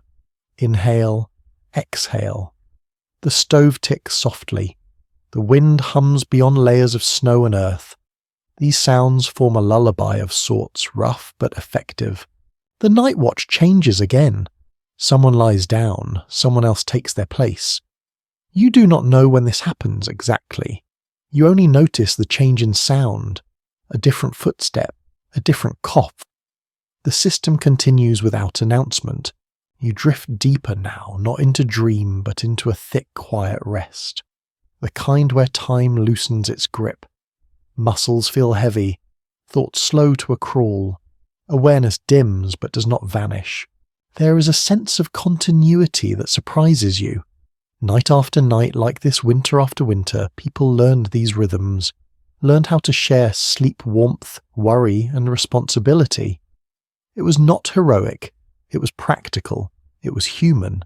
As you sink further, the presence of others fades into a general sense of safety, not absolute, but sufficient. The sod house holds steady, the storm holds its distance, and within that narrow margin rest becomes possible again. You let go fully this time, trusting the quiet system around you to wake you if needed. Until then, the night continues on your behalf, watched by listening ears and steady hands while you finally sleep. You wake to a small, sharp sound that feels too close to ignore. It is not loud, but it carries urgency. A brittle crack followed by a soft clink. Your eyes open, though they see nothing. For a moment you're unsure where you are. Then the cold reasserts itself, and the sod walls return to your awareness. The sound comes again. This time you recognize it. A glass jar reacting to temperature. Somewhere near the wall, food stored too close to the cold is frozen through. The pressure inside has shifted just enough to fracture it. Not a disaster, but a warning. Winter has a way of reaching into every corner if you let it. People stored food wherever space allowed, along walls, beneath beds, buried shallowly in the floor. Root cellars were rare luxuries on the open prairie, especially for new arrivals. Instead, jars of beans, dried vegetables rendered fat, and preserves lived close to sleeping bodies sharing warmth by proximity. It was not ideal, but it worked often enough. You lie still listening to see if anyone else reacts. A faint stir. Someone sighs. No one gets up. A cracked jar can wait until morning. The loss will be noted, then weighed and accepted. There is no sense wasting heat or energy now. The smell of food lingers faintly in the air. Flour dust, dried meat. Something sweet that reminds you of fruit, though you cannot place it exactly. Hunger tugs at you even in sleep. The body burns calories faster in cold, and it reminds you of that constantly. You shift slightly, stomach tightening, then settling again. Some families made a habit of placing food near sleepers on the coldest nights, believing body heat could keep jars from freezing. Whether this actually made a measurable difference is unclear. What mattered more was the feeling of doing something, of not leaving everything to chance. Tonight one jar did not make it, others will. You think about breakfast without fully meaning to. Thick porridge if there is enough grain. Hard bread softened in hot liquid. Coffee if it is not frozen solid. The thought is comforting, even though morning still feels far away. Cold creeps along the floor again as the stove cools between feedings. You curl your feet slightly, tucking them closer to your core. Someone nearby shifts too, responding to the same signal. The room moves as a single organism, small adjustments rippling outward. The wind outside has settled into a steady push. Snow no longer lashes, it presses. This changes how the house behaves. Sounds are deeper, slower. The roof does not shed snow now, it holds it. The walls bear the weight evenly. You reach out in the dark and brush something cool and smooth. A jar, intact. You pull your hand back quickly, not wanting to lose warmth. The contact lingers in your mind. Glass is fragile. So is food. So are plans. A memory surfaces of someone once saying that winter nights were when you truly learned the value of what you had brought with you. Not land, not tools, but food that could survive cold. Mistakes here were costly, but also instructive. No one forgot a cracked jar. Your breathing slows again as the initial alertness fades. The night has not changed drastically. It has simply reminded you of its presence. You settle back into the familiar pattern of waiting. A soft cough comes from the other side of the room. It is deeper than earlier ones, lingering slightly. Cold air irritates lungs. Smoke does not help. People learn to manage both as best they could. Some nights were better than others. Tonight feels manageable, but only just. You wonder briefly how many calories it takes simply to exist like this. To lie still, wrapped in layers, heart working harder to keep blood warm. The body never truly rests in cold. It labours quietly, even in sleep. This thought drifts by without anxiety. It feels like an observation rather than a worry.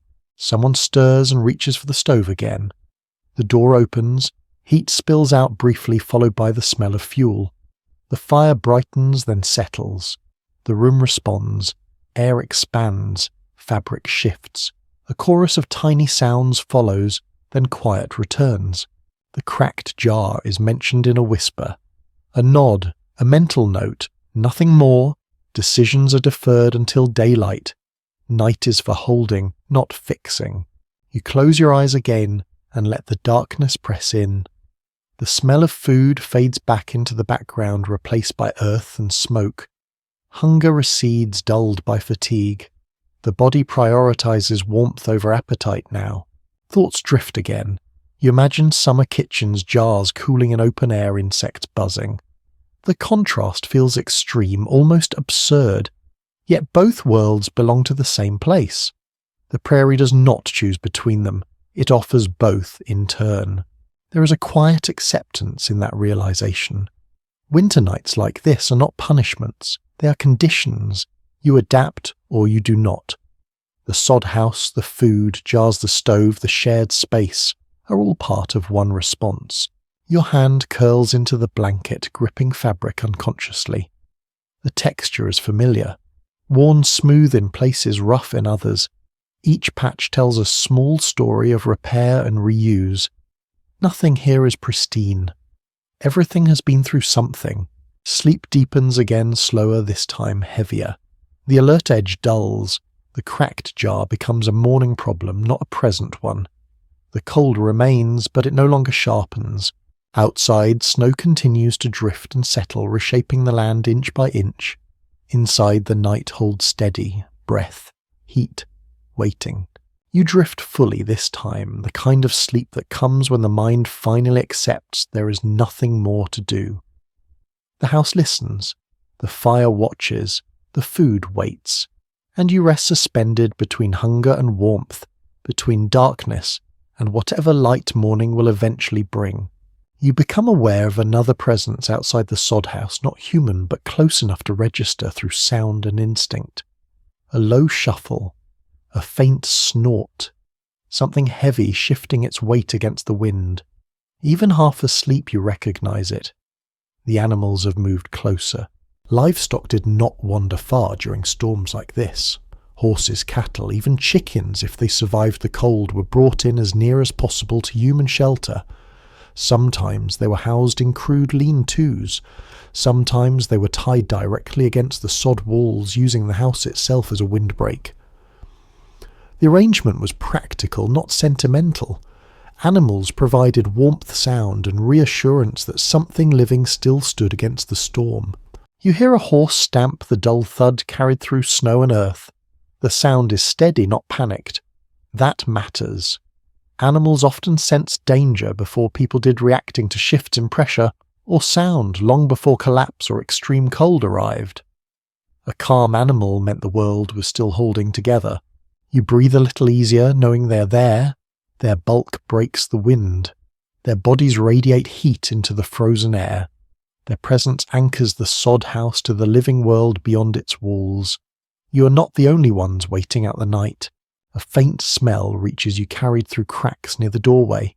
Animal warmth, hay, manure. It is not pleasant by modern standards, but it is unmistakably alive. The scent blends with earth and smoke, grounding you further. In some odd way, it makes the cold feel less absolute. You shift slightly, listening more closely now. A cow lowing softly. A horse blowing air through its nostrils, a slow, rhythmic sound. These noises are familiar, steady and predictable. They form a counterpoint to the wind, something organic and reassuring. People often wrote about animals as extensions of the household rather than separate from it. During winter, that line blurred even more. Losing an animal meant losing food, labour warmth and future security all at once. Nights like this were as much about keeping animals alive as people. You imagine the animals huddled together, heads down, tails turned to the wind, snow piling along their backs, melting slightly from body heat before freezing again. Their endurance mirrors your own. Stillness, conservation, waiting.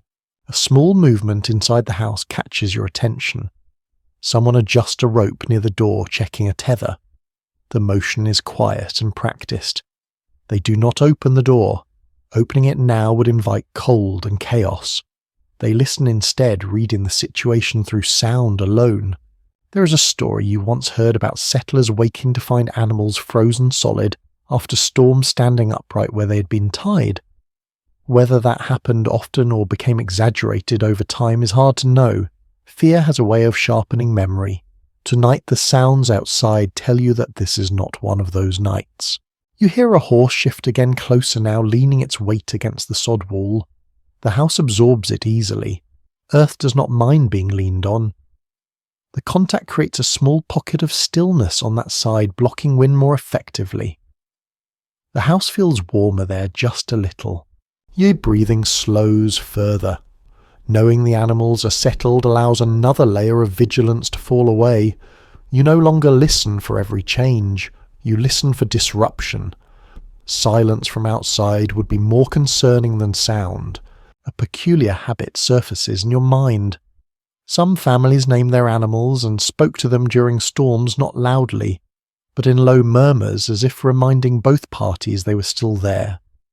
You consider whether someone might do that now, but the night remains quiet. Perhaps the animals know already. The storm presses on, but its energy feels spent. Wind continues, snow continues, but without the sharp violence of earlier hours. The animals outside shift less frequently now. They have found their balance. You sense it in the way sounds stretch out, leaving longer pauses between movements. You think about how modern homes separate people from animals almost completely. Walls, distance, silence. Here the line is thin. You share weather sound and survival. The arrangement is not romantic, but it is effective. Your mind drifts briefly to spring, to animals grazing freely, to open doors and wide skies. The image feels distant but real, a reminder that this night is part of a cycle, not an ending. A sudden gust rattles the outer door, snapping you back to the present. The animals respond immediately. Hooves shift. Breath quickens. Then it passes and everything settles again. You smile faintly in the dark, reassured by the quick return to calm. Someone inside exhales deeply, perhaps having listened to the same sounds you did. Shared awareness does not require words. The room feels steady again. The smell of animals lingers stronger now, mingling with warm earth and smoke. It is a heavy scent, but comforting. You associate it with barn, safety, survival. Your body relaxes further, accepting it as part of the night. You adjust your position slightly, knees tucked, spine easing. The floor beneath you feels solid. The wall near your back feels warmer than before, insulated by animal bodies on the other side. This small advantage feels earned. Sleep pulls at you again, deeper this time. The animals outside remain still, Their breathing becomes another rhythm layered into the night slower and slower. You let your awareness fade, trusting that if something changes, the animals will know first. Until then, their quiet presence stands guard, sharing the burden of winter with you. Wrapped in earth's snow breath and the steady life beyond the walls, you drift fully back into sleep. The sod house holding not just people, but an entire fragile ecosystem balanced carefully against the cold until morning. You wake with a dry ache in your chest, subtle at first, then persistent enough to pull you fully into awareness. Each breath feels slightly rough, like air scraped over fabric before reaching your lungs. You pause, breathing shallowly, letting the sensation pass. This is familiar now, not alarming. Just another part of winter nights like this. Cold works its way inward quietly. It dries, skin tightens, sinuses stiffens, joints. The air inside the sod house carries smoke and moisture in uneven balance, and your body responds by clearing its throat by adjusting its rhythm. You swallow once, then again, easing the irritation. Somewhere nearby, someone else coughs, to a low sound kept deliberately small. People living through prairie winters learned quickly which discomforts could be ignored and which could not. A sore throat was expected. Cracked skin was expected. Lingering weakness was watched carefully. Illness moved faster in close quarters, and winter left little room for error. You shift your shoulders, slightly easing pressure, and pull the blanket higher to warm the air you breathe.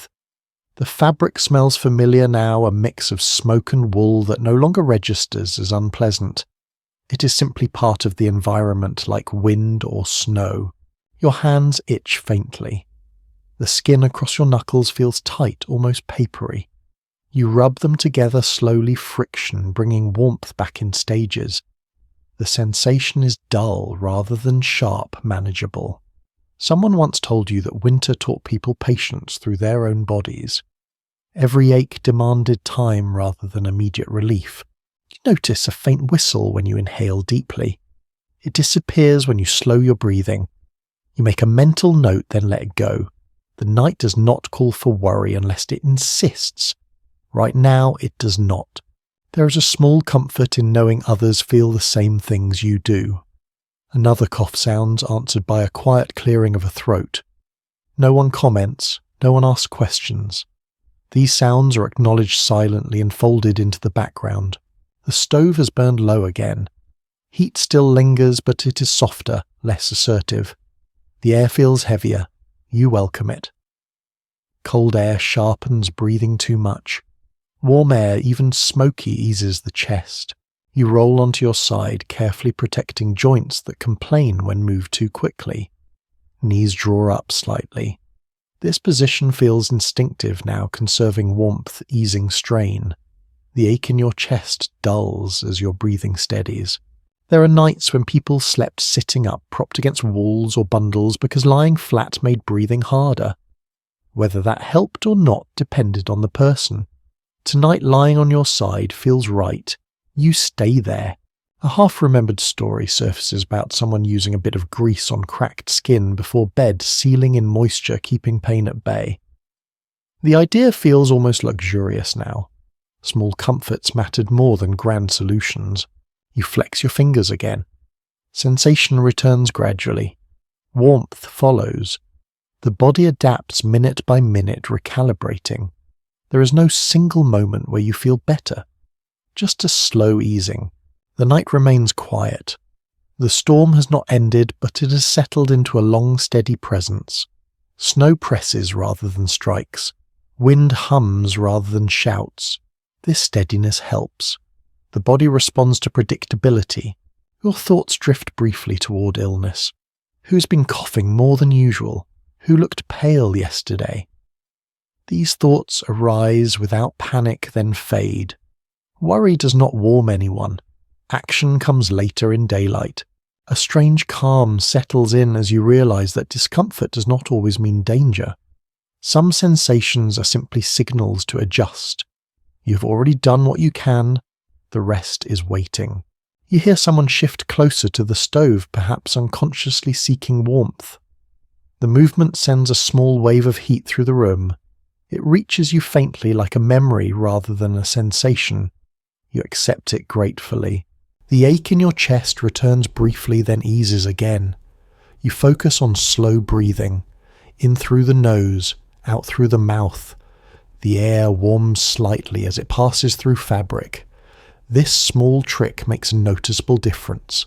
People learned many such quiet techniques without naming them. No one called them methods. They were just things that worked passed along through observation rather than instruction. Your eyelids grow heavy again.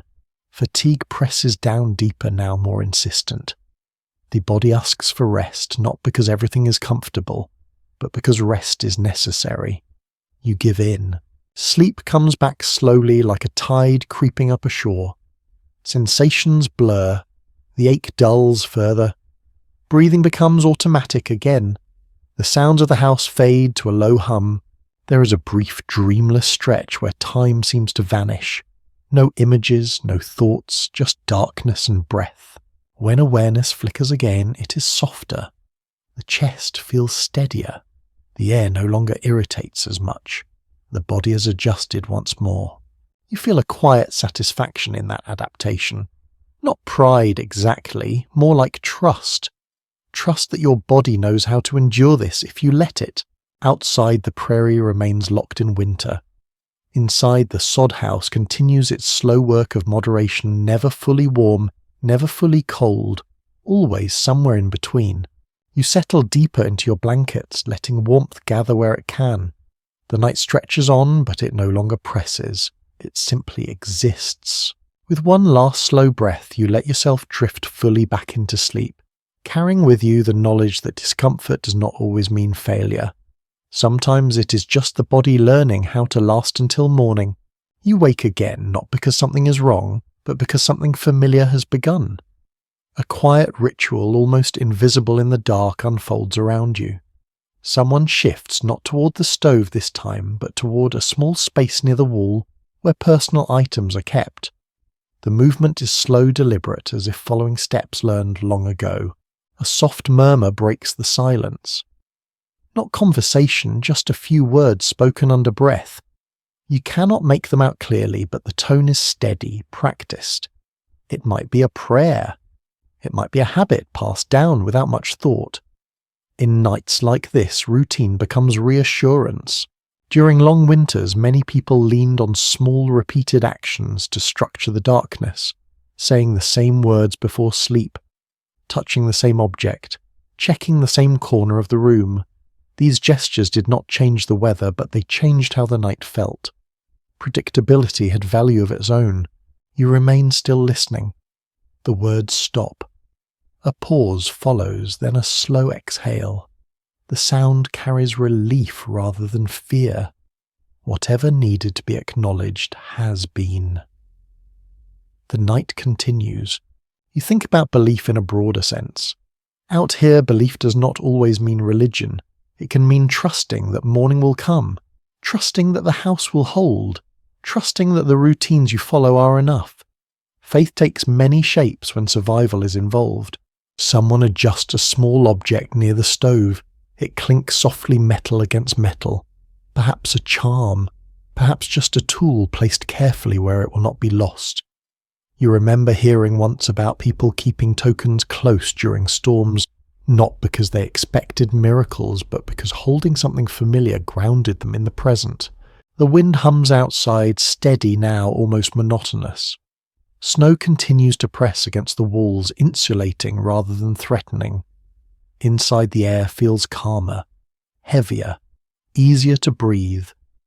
You notice your shoulders have dropped again, tension easing without conscious effort. You shift slightly and feel the earth floor beneath you firm and cold through layers.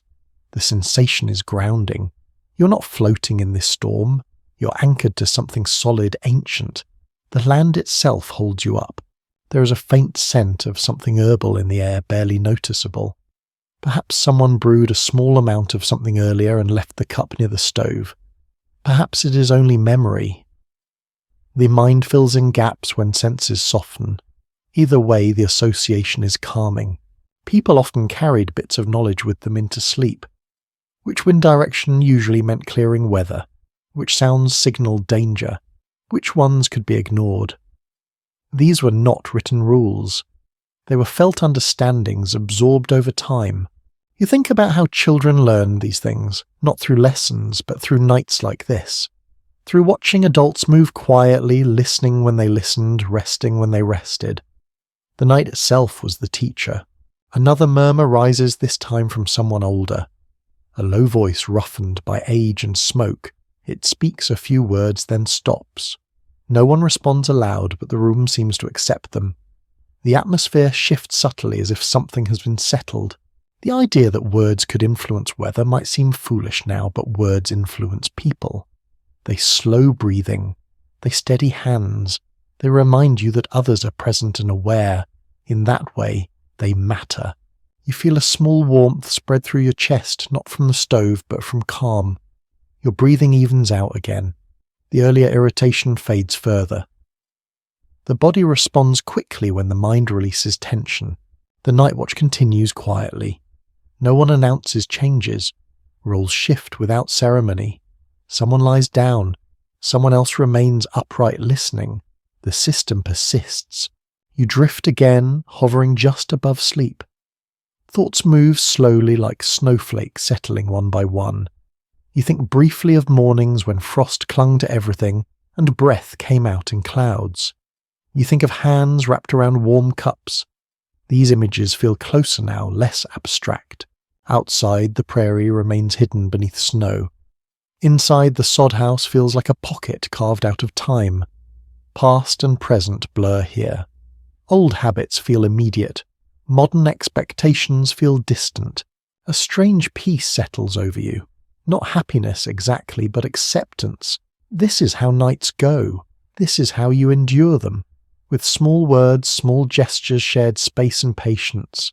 Your eyes close fully again. The murmurs fade. The stove ticks softly. Wind hums beyond layers of earth and snow. All the pieces continue in quiet cooperation. As sleep takes you once more, you realize that these rituals, whether spoken or silent, do not push the night away. They simply make room within it. And that is enough. You wake with a sense of distance, not physical but emotional. The storm feels far away now, even though it still surrounds the sod house on all sides. What pulls you toward wakefulness is not sound or cold, but thought. A quiet wondering about who else might be awake out there, beyond the walls, beyond the snow. The prairie stretches wide even in darkness. You know this without seeing it. Somewhere out there, other houses sit buried like yours, low shapes pressed into the land. You picture them one by one, scattered miles apart, each holding a small pocket of warmth and breath. Distance on the prairie is deceptive. What looks close in summer becomes unreachable in winter. You think about neighbours, not the kind who live next door, but the kind whose presence is measured in hours of walking on a clear day. During storms like this, those distances might as well be oceans. No help is coming. No messages travel. Each household exists on its own, quietly hoping the others are holding too. In settled towns, weather is shared. Everyone hears the same wind, sees the same snow. Out here, weather is solitary. You experience it alone with only the people inside your walls to witness it. That isolation settles into your thoughts. Now not sharply, but steadily. You shift slightly and feel the floor beneath you again, grounding yourself. The house is still. The stove hums faintly. The animals outside are quiet. All signs point to stability. Still your mind drifts outward, imagining the vastness beyond the sod. Somewhere, someone else might be listening to their roof creak, counting sounds the way you do. Somewhere a lantern might still be burning low, its owner unwilling to surrender to full darkness yet. Somewhere a family might be awake together, whispering, passing time until morning. You will never know for sure. You wonder how often people thought of each other during storms. Not in letters or formal concern, but in passing thoughts like this. A quiet hope that others were warm enough, that roofs were holding, that fires had not gone out. The prairie made neighbours of strangers simply by placing them under the same sky. You remember hearing once that during especially harsh winters, people would count days without seeing smoke from nearby homesteads, marking absence in their minds. Smoke meant life. No smoke meant questions. Those questions could linger for weeks until travel became possible again. The thought does not frighten you now. It simply exists. You accept it the way you accept the cold. You cannot change it from here. You can only hold your own space steady. You listen again. The house remains quiet, responsive, but calm. The wind outside is lower now, more consistent. Snow continues to press, but gently. The storm has settled into its long middle stretch, the part that tests patience more than strength. You feel a small surge of gratitude for the people around you. Their presence narrows the world to something manageable. Without them, the night would feel much larger, more hollow. Shared space turns isolation into something bearable. Someone nearby turns in their sleep. Fabric rustles softly. A hand brushes against your sleeve. The contact is brief but reassuring. You're not alone in this waiting. Your thoughts wander further outward again. You imagine the land beneath the snow, grass bent low, fence posts half buried, trails erased. Come spring, the prairie will reveal itself again, unchanged in some ways, altered in others. For now it hides everything equally. There is a strange equality in that. The storm does not distinguish between one house and another. It presses down on all of them indifferent. Survival is not about being chosen. It is about being prepared enough and lucky enough at the same time. You feel your breathing slow again as these thoughts settle. The mind tires of imagining distances it cannot cross. It turns back inward toward warmth and rest. A faint memory surfaces of someone once saying that the prairie teaches humility through scale. Nights like this make that lesson unavoidable. You're small, your house is small, your fire is small, and yet here you are, holding on. The stove ticks softly again. Heat spreads just enough to keep the air from biting. You shift your feet slightly, redistributing warmth. The movement is automatic, now practiced without thought.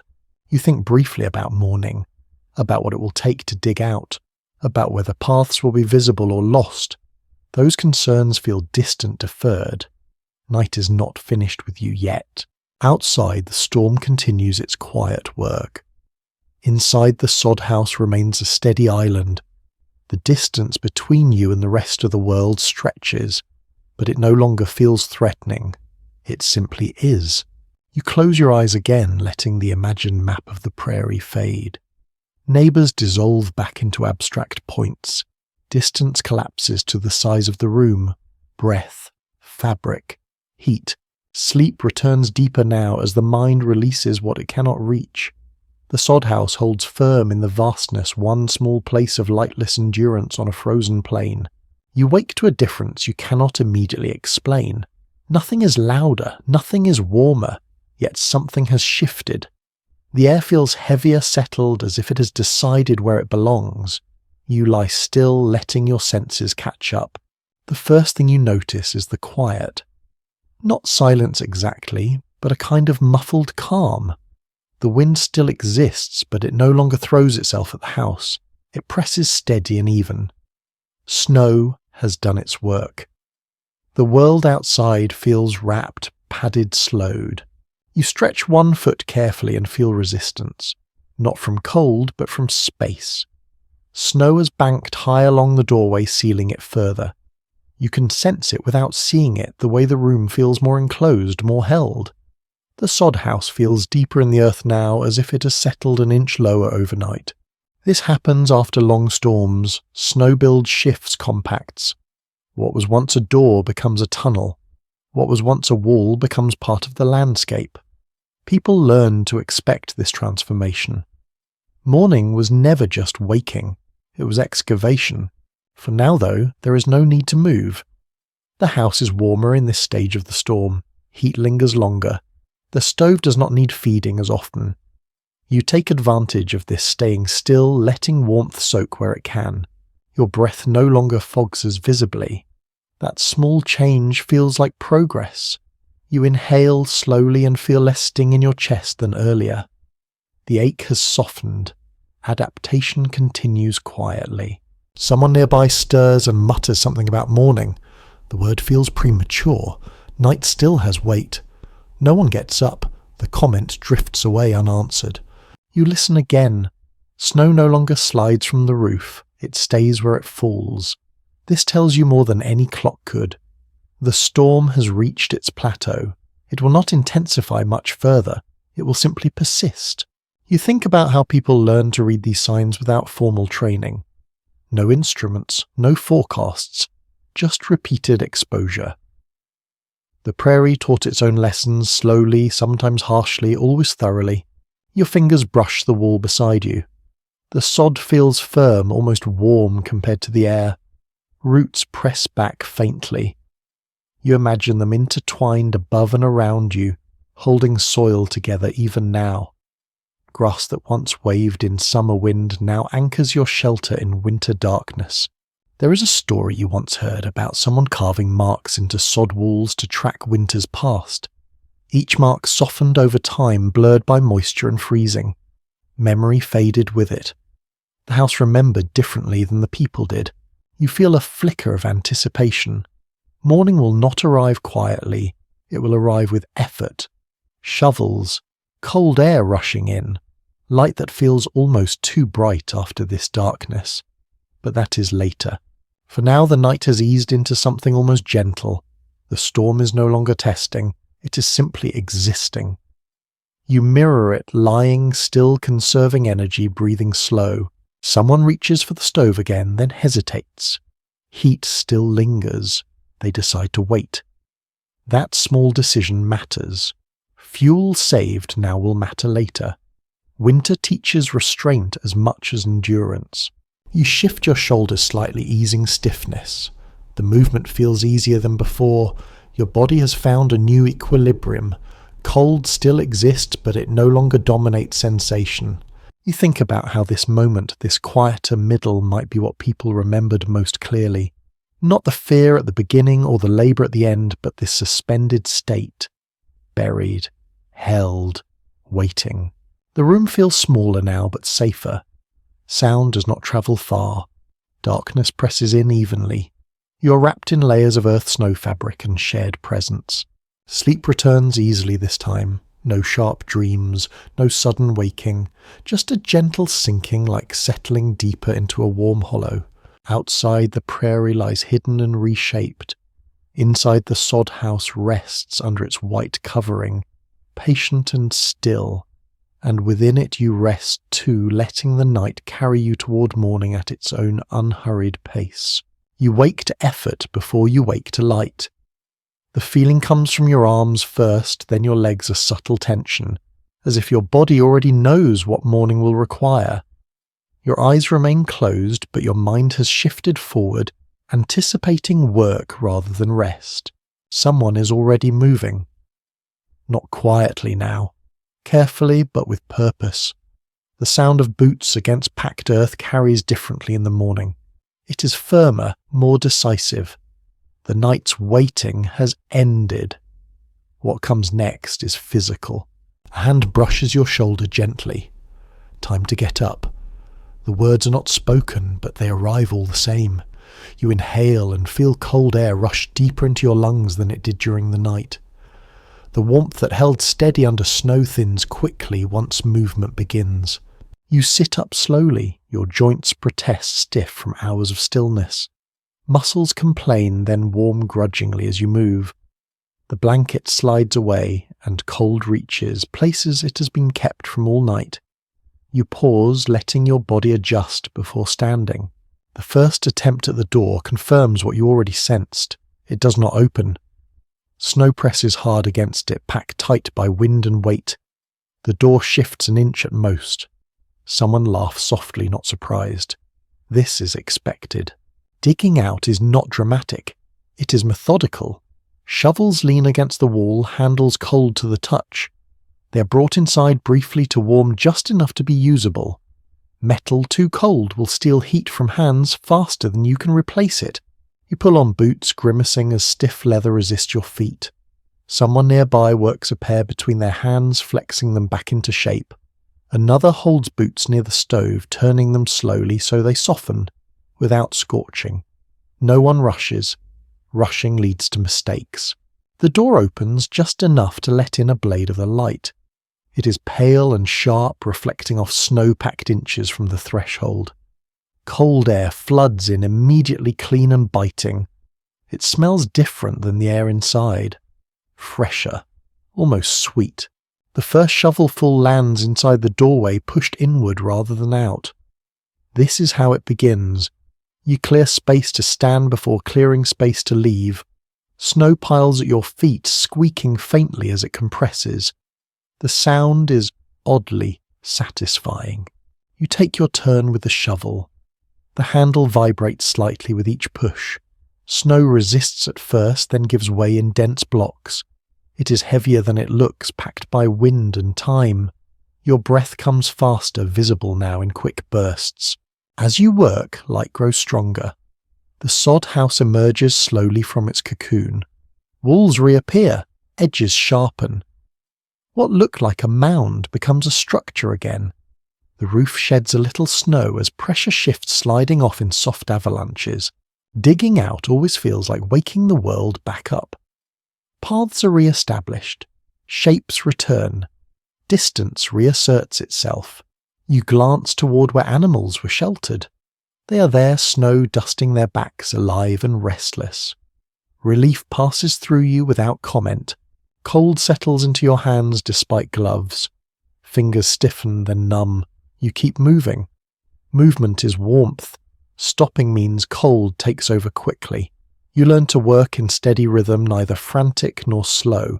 Someone clears the stovepipe, knocking loose snow and ice. A puff of smoke rises cleanly, now visible against the white. This simple sign carries enormous weight. Smoke means fire. Fire means warmth will return inside. You pause to catch your breath and look around. The prairie stretches outward again, bright and blinding. Everything looks new and unchanged at the same time. Fences barely visible, drifts reshaped, familiar landmarks altered just enough to disorient. It strikes you how quiet it is. Storm noise has vanished entirely. In its place is a deep, absorbing silence, broken only by shovel scrape and breath. Sound does not travel far in this brightness. It feels like the world is holding its breath again, but for a different reason. Work continues until the doorway is fully clear, until a path reaches the animals, until movement feels possible again. Only then do people step back, surveying what has been done. There is no celebration. Just a shared understanding that the night has been survived. You go back inside, briefly stamping snow from boots. Warmth hits your face, immediately soft and welcome. The contrast is startling. You had not realized how much cold you were carrying until it begins to leave. Someone sets water near the stove to thaw. Someone checks the cracked jar from the night before, lifting it, carefully assessing damage. Loss is measured, not mourned. Plans adjust quietly. You eat something simple. Hard bread softened in hot liquid. The taste feels grounding. Energy returns in small increments. Hands regain sensation. Colour creeps back into cheeks.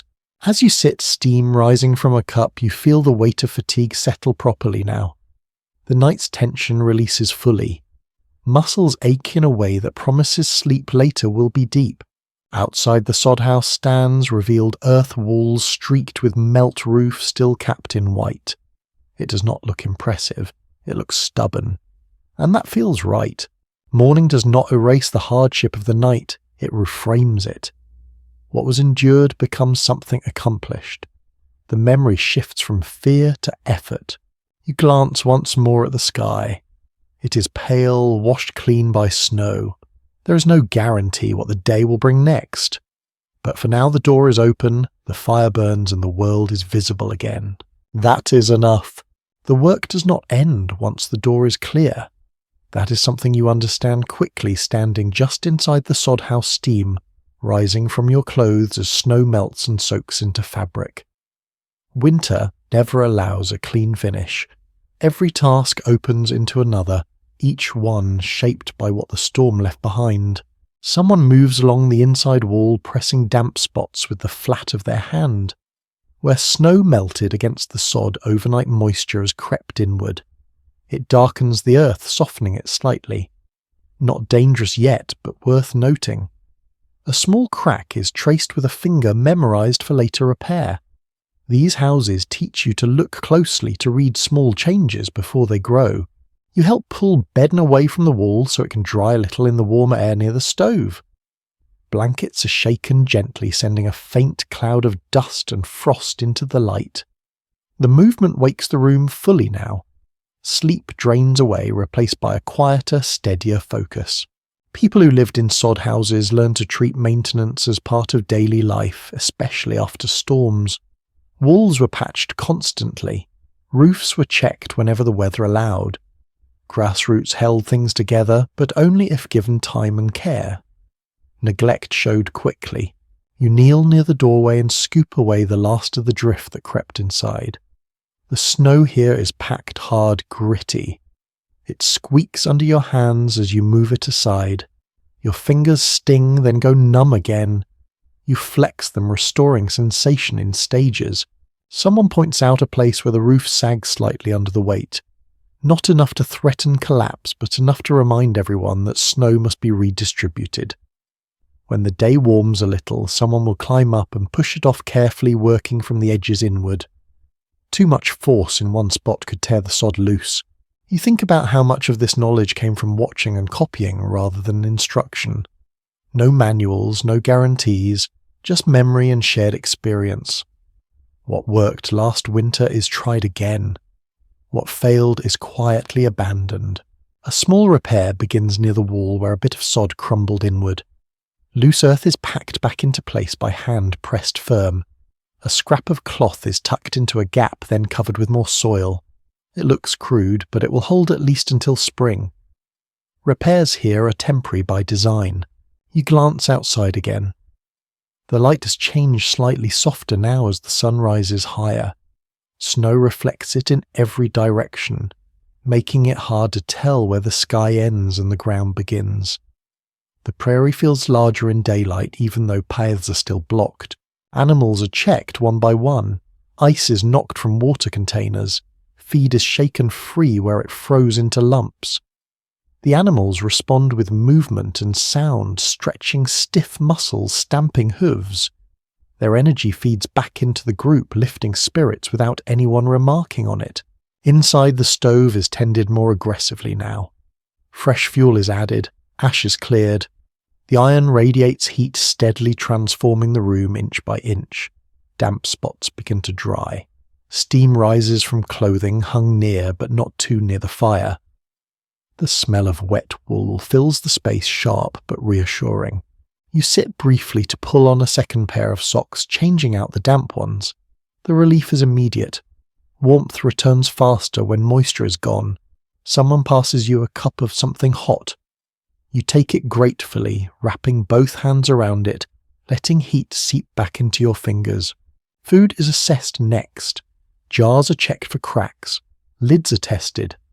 The broken jar from the night before is examined in daylight. The damage is worse than it seemed in the dark. Some contents are lost. Some can be salvaged. Decisions are made quietly, efficiently. Waste is minimized. No one complains. There is a rhythm to mornings after storms that feels almost ceremonial.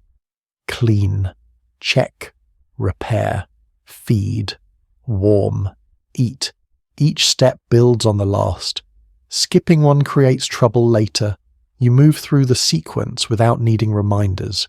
You notice how different the house feels now, larger, brighter, less oppressive. Light reveals imperfections that darkness hid, but it also brings perspective. The walls are thick, the roof is holding, the floor is solid. Whatever the night threatened, it did not win. Someone laughs softly at a small mishap, a glove dropped into a snowbank, a boot stuck briefly in a drift. The sound feels out of place at first, then welcome. Laughter returns cautiously after nights like this, testing the air before committing. You step outside again, shielding your eyes from the glare. The sod house looks squat and unremarkable against the white expanse nearly blending in. From a distance it would be easy to miss entirely. That thought lingers. Survival here often depended on being hard to see rather than impressive. You walk the cleared path, slowly noting where snow piled deepest, where wind scoured ground bare. These patterns matter. They tell you how future storms might behave. The land leaves clues if you learn to read them. Returning inside, you feel the contrast sharply. Cold bites, then releases. Warmth wraps around you again. The transition feels earned now, not fragile like it did during the night. The house has proven itself once more. You help rearrange furniture, slightly shifting weight away from the damp wall. Even small changes can make a difference over weeks and months. The house responds to attention. It is not passive shelter. It is something you tend. As the morning settles in, fully fatigue resurfaces in a gentler form. The sharp edge of alertness is gone, replaced by a deep tiredness that promises rest later. For now, there is work to finish, but it feels manageable. You think briefly about how many storms like this will come before winter loosens its grip. The answer is uncertain. It depends on weather luck endurance. What matters more is that you know how to respond when they arrive. The sod house stands quietly around you, patched and adjusted, ready for the next challenge. It bears the marks of use of weather of care. None of them are hidden. All of them are familiar. As you sit down again with a warm cup and a piece of food, you feel a quiet satisfaction settle in. Not triumph, just steadiness. The night tested you, you answered. The day begins not with relief, but with continuation. And in this place that is enough. As the morning settles into its slow rhythm, you find yourself comparing this place to others you have known or imagined. Not deliberately, but because the body remembers contrasts. You think of wooden cabins with their sharp corners and echoing interiors, of tents that shuddered and snapped in wind, of rooms that smelled of pine resin or canvas instead of soil. Each shelter carried its own version of night. The sod house feels different in memory now that daylight has returned. Less claustrophobic, more deliberate. Its thickness, which felt heavy in darkness, now reads as patience. Earth does not hurry. It absorbs, adjusts weights. The house behaves the same way. You recall stories of log cabins that creaked loudly in storms, every gust announcing itself through rigid boards. People spoke of gaps widening of frost, forming along seams of wind, whistling straight through chinks if moss or mud failed. Those houses stood tall and visible, but they argued with weather rather than yielding to it. Tents, by contrast, were honest about their limits. They offered quick shelter and quick failure. Canvas snapped in wind, sagged under snow, let cold seep in from every direction. You slept lightly in tents, always aware of how temporary everything was. There was freedom in that, but also vulnerability. Here in this low earthen space, vulnerability feels different. It is slower, less dramatic. Problems creep rather than crash. Moisture seeps. Weight settles. Repairs are constant but manageable. You trade sudden danger for ongoing responsibility. Someone remarks quietly that they slept better here than they ever did in a wooden house. Another person disagrees, mentioning mice in the walls, damp air, low ceilings. Both are right. Comfort here is not universal. It depends on what unsettles you more. Noise or closeness, movement or stillness. You run your hand along the wall again, noticing how the surface changes from place to place. Some sections are smooth, worn by contact. Others remain rough roots still visible. A wooden cabin wall would be uniform. This one records touch. You think about how sound behaves differently here. How wind became a murmur instead of a scream. How the storm pressed rather than struck. In a tent, sound was constant and immediate. In a cabin, it arrived as cracks and bangs. Here it was filtered, softened, delayed. Light behaves differently too. Windows are small or non-existent. Day enters indirectly reflected off snow bouncing into the room rather than shining straight through. The result is a steady, even brightness that does not shift dramatically with passing clouds. Someone mentions how summer feels here, how cool it stays even in heat, how flies find their way in, how grass sometimes pushes through the roof if left unchecked. Every shelter has seasons where it shines and seasons where it fails. This one is built for extremes, not comfort. You think about permanence. Cabins suggest staying. Tents suggest passing through. Sod houses sit somewhere in between. They are meant to last, but only as long as the land cooperates and the builder keeps tending them. They are not monuments. They are arrangements. Outside, the prairie glitters under snow. Inside, the earth walls hold steady. The contrast feels deliberate, as if this house was always meant to blur the line between inside and outside rather than erase it. You imagine explaining this place to someone who has never slept in one. How would you describe the feeling? Buried but not trapped. Protected but not pampered. It is hard to find the right words. As the morning work continues, you feel less defensive toward the house than you did in the night. It did its job. It did not promise comfort. It promised survival, and it delivered. That understanding settles in quietly. You stop comparing quite so much.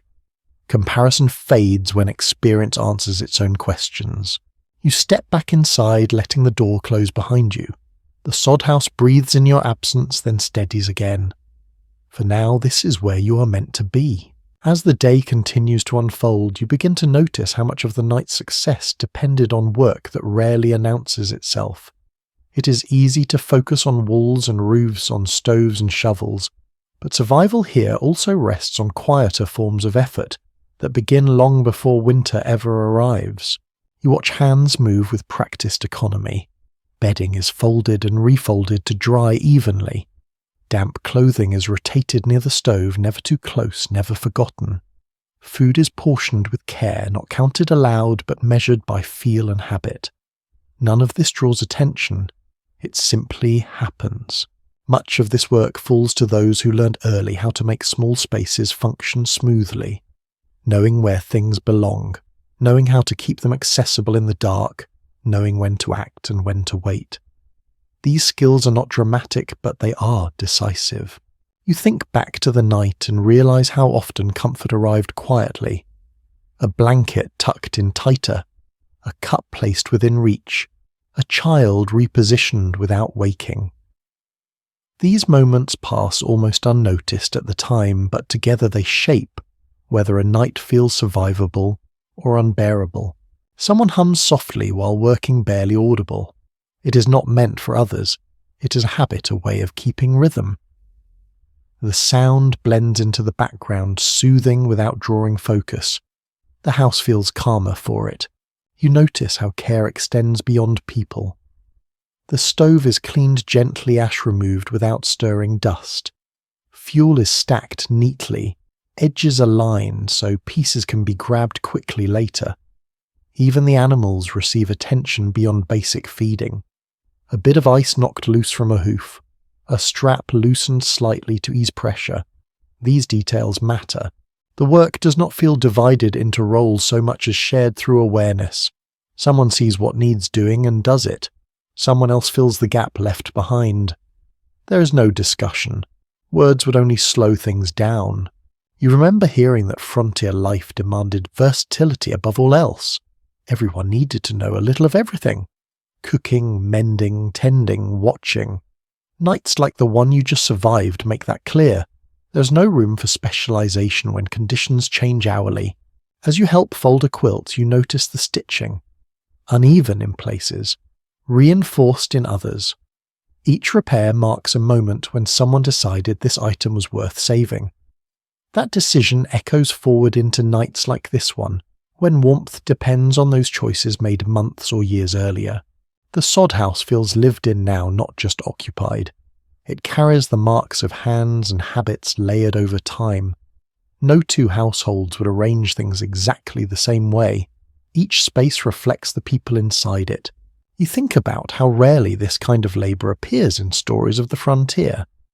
Hardship is often described, but care is assumed rather than named. Yet without it, hardship would have ended far more stories early. As midday approaches, light shifts again, shadows soften, the harsh glare off snow eases slightly. Inside the house feels almost comfortable now. Not warm exactly, but balanced. The extremes of the night have passed. You sit for a moment, letting others continue their tasks. There is satisfaction in watching a space recover from stress. Walls dry, air clears, order returns. It feels like watching someone catch their breath after running hard. Someone passes you a small piece of food, something saved specifically for moments like this. The gesture is quiet, almost casual, but it carries weight. Energy given now will be repaid later. You eat slowly, appreciating not just the taste but the effort behind it. Everything here is the result of foresight. Someone planned, someone prepared, someone cared enough to make sure this moment existed. The night's danger fades further into memory. What remains is a sense of continuity. The knowledge that this system, imperfect as it is, can be relied upon if everyone continues to tend it. You look around the sod house once more. Low ceiling, thick walls, earthen floor. It does not inspire awe, it inspires trust. And in a place like this, trust is the most valuable comfort of all. As the day carries on, you know the next night will come soon enough. But you also know that when it does, the same quiet work will happen again. Hands will move, care will be given, small actions will add up, and because of that, sleep will be possible when darkness returns. Later in the day, as the light shifts and the sharpness of morning work gives way to slower tasks, you become aware of how much of what you do feels learned rather than invented. Certain movements come without thought. Certain choices feel obvious.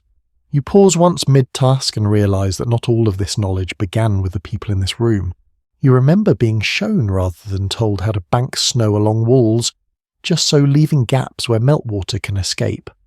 How to angle an entrance tunnel so wind loses its force before reaching the door.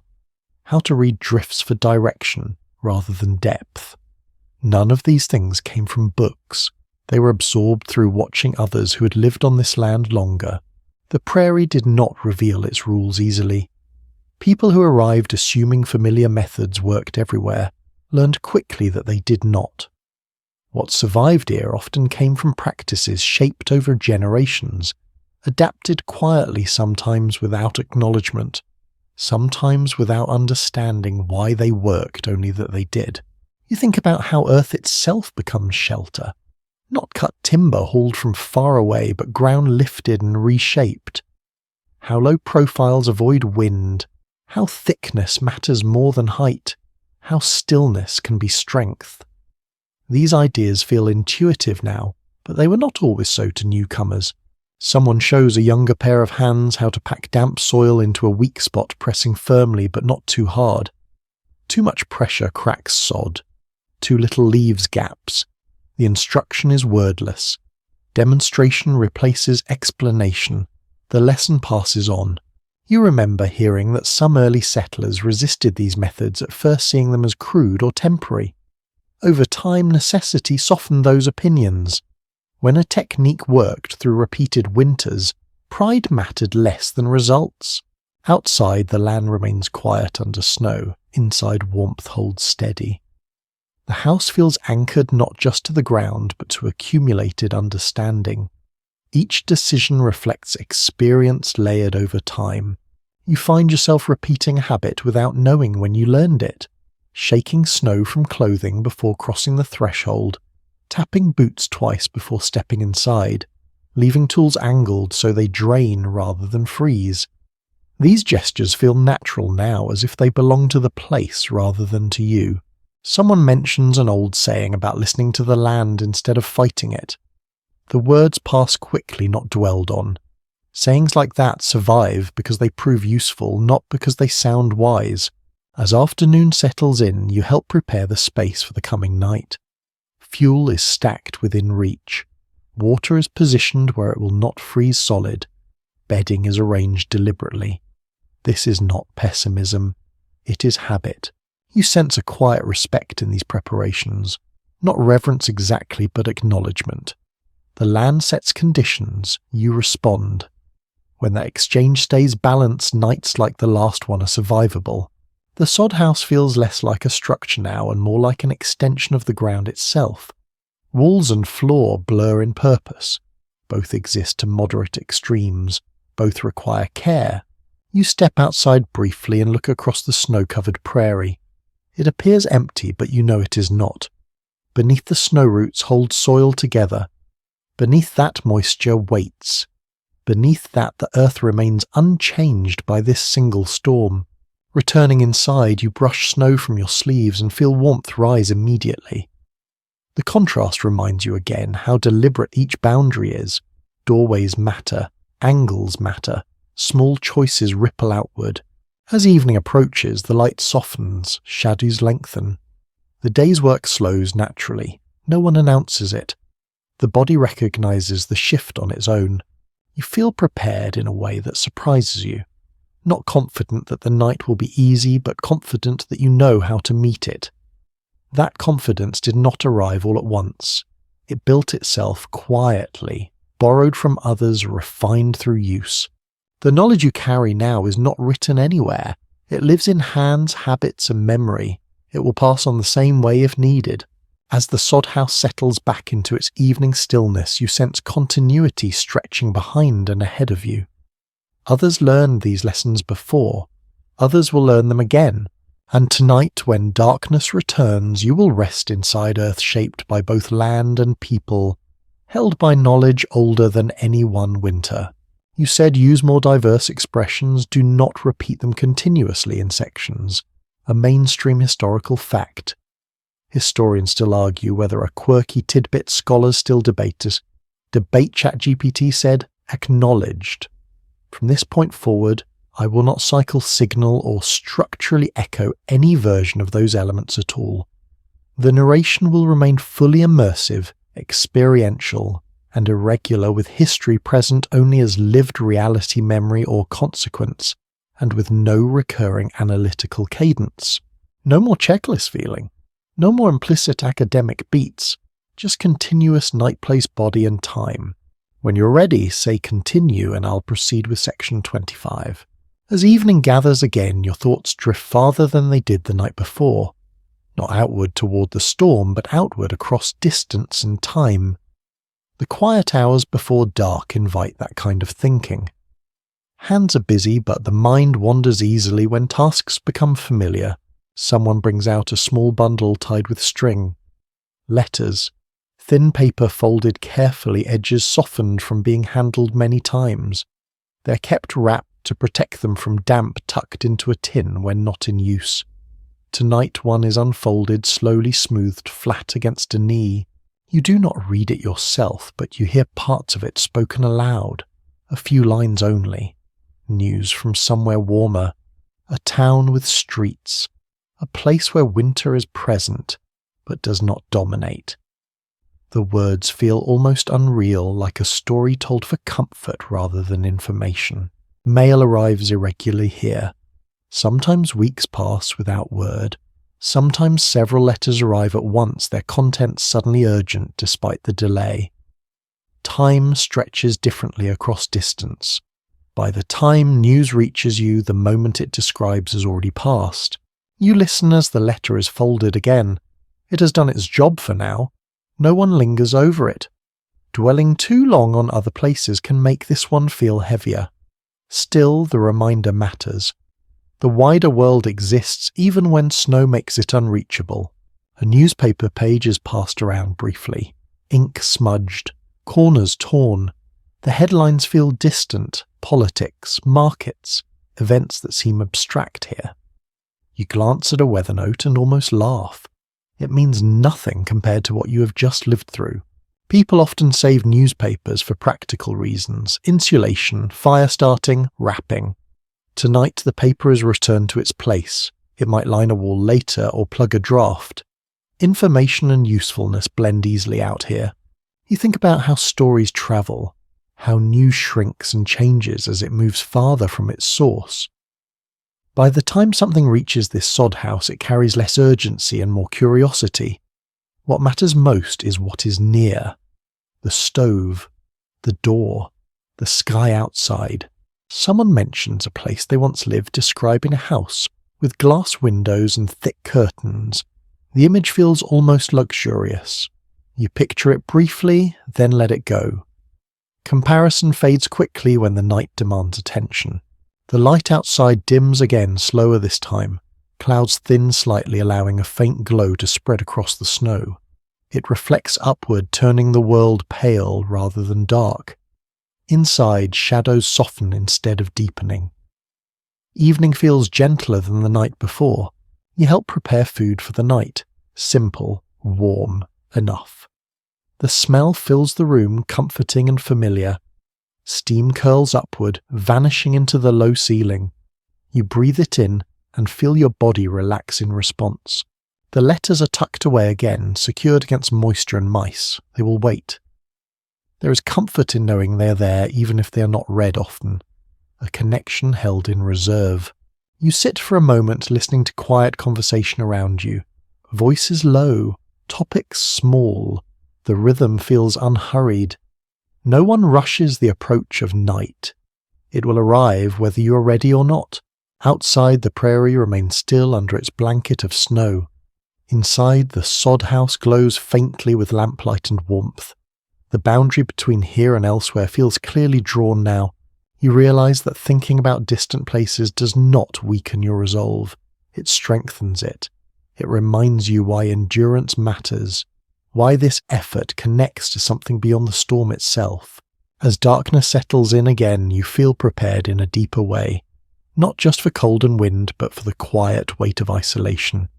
You know now how to hold both without letting either overwhelm you. The letters rest, the paper waits. The world beyond the prairie continues unseen, and inside the sod house you turn inward again, ready to meet another night shaped by patience, habit, and the steady presence of those around you.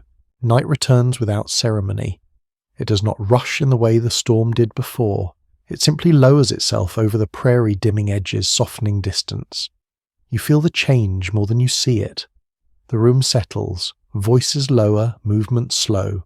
The low profile of the sod house feels deliberate now. It does not announce itself to the sky. It does not stand tall against the wind. It keeps its head down. You recognize the wisdom in that posture. Survival here favors what yields rather than what resists. As lamps are lit, shadows return to the walls gentler than the night before. You notice how familiar the space feels now.